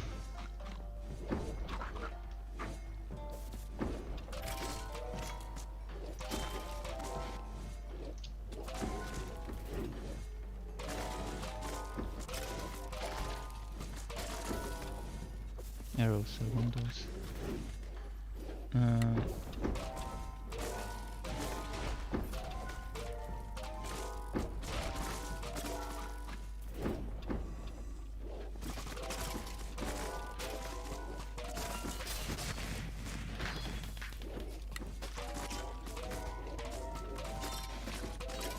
Come on. I love how this keeps pushing them away from the platform.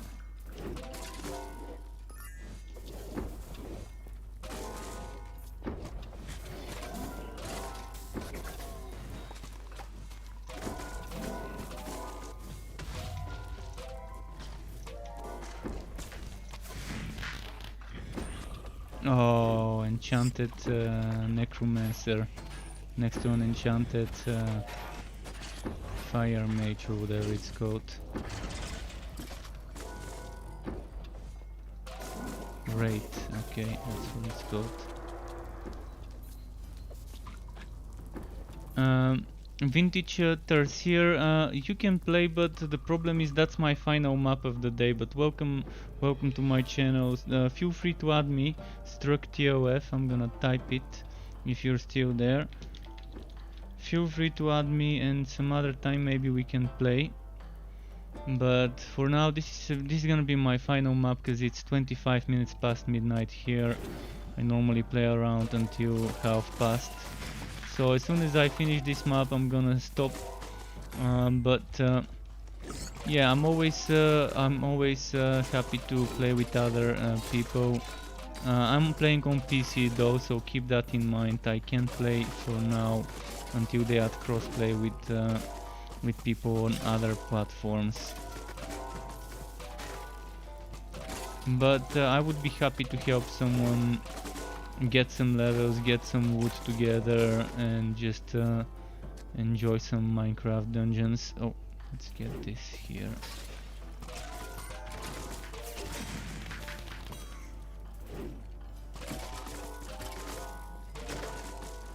I'm reaching the boss fight, so I'd rather wait for my cooldown before I approach him.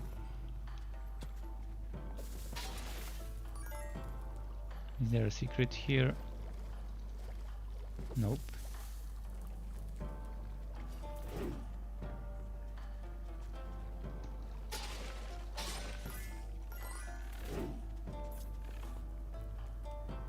Alright, time for the boss fight.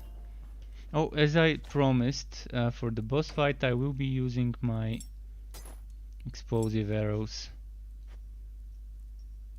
instead of the movement speed. How that would work for me, it might not turn out that well, we'll see.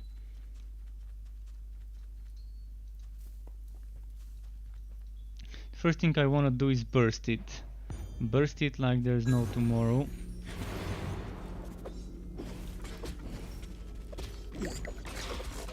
Fuck, he didn't let me reach him for a burst.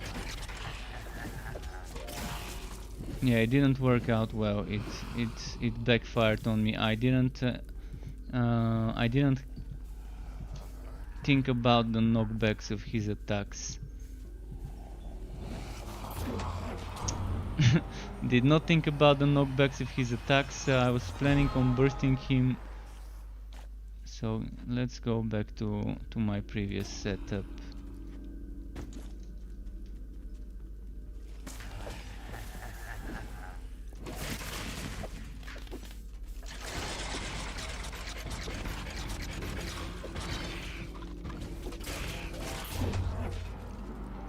Ah, fuck. Unlucky.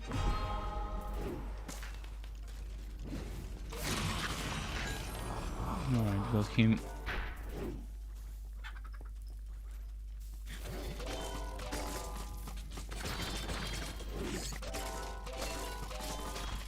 Wouldn't it be funny if I die now? Can't say it can't happen, because you never know what's gonna show up around the corner. But my idea at the start was to just run and rush towards him and burst him with melee, then use my exploding firework arrow, and then use the other arrows. It didn't work out as well. If I had this, it could have worked with just this and this, without using the burning arrows. But really needed those boots to push him before he can summon those clones.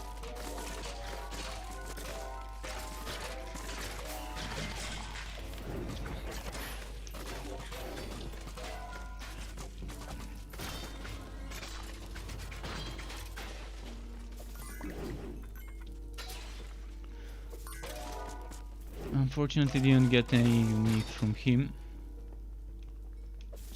And that's the map. That's it. Necromancer's staff is destroyed. I'm probably Once again, gonna the upload another Archvillager build is video for thwarted. Warhammer Chaosbane tomorrow, most likely for one of the two builds that don't have a video on my website, and I might add some builds to my website as well. But thanks everyone for watching today. There's gonna be more tomorrow. Not sure what game I'm gonna be streaming tomorrow. I'm gonna decide eventually. But keep it cool. Thanks again for watching, and until next time, goodbye.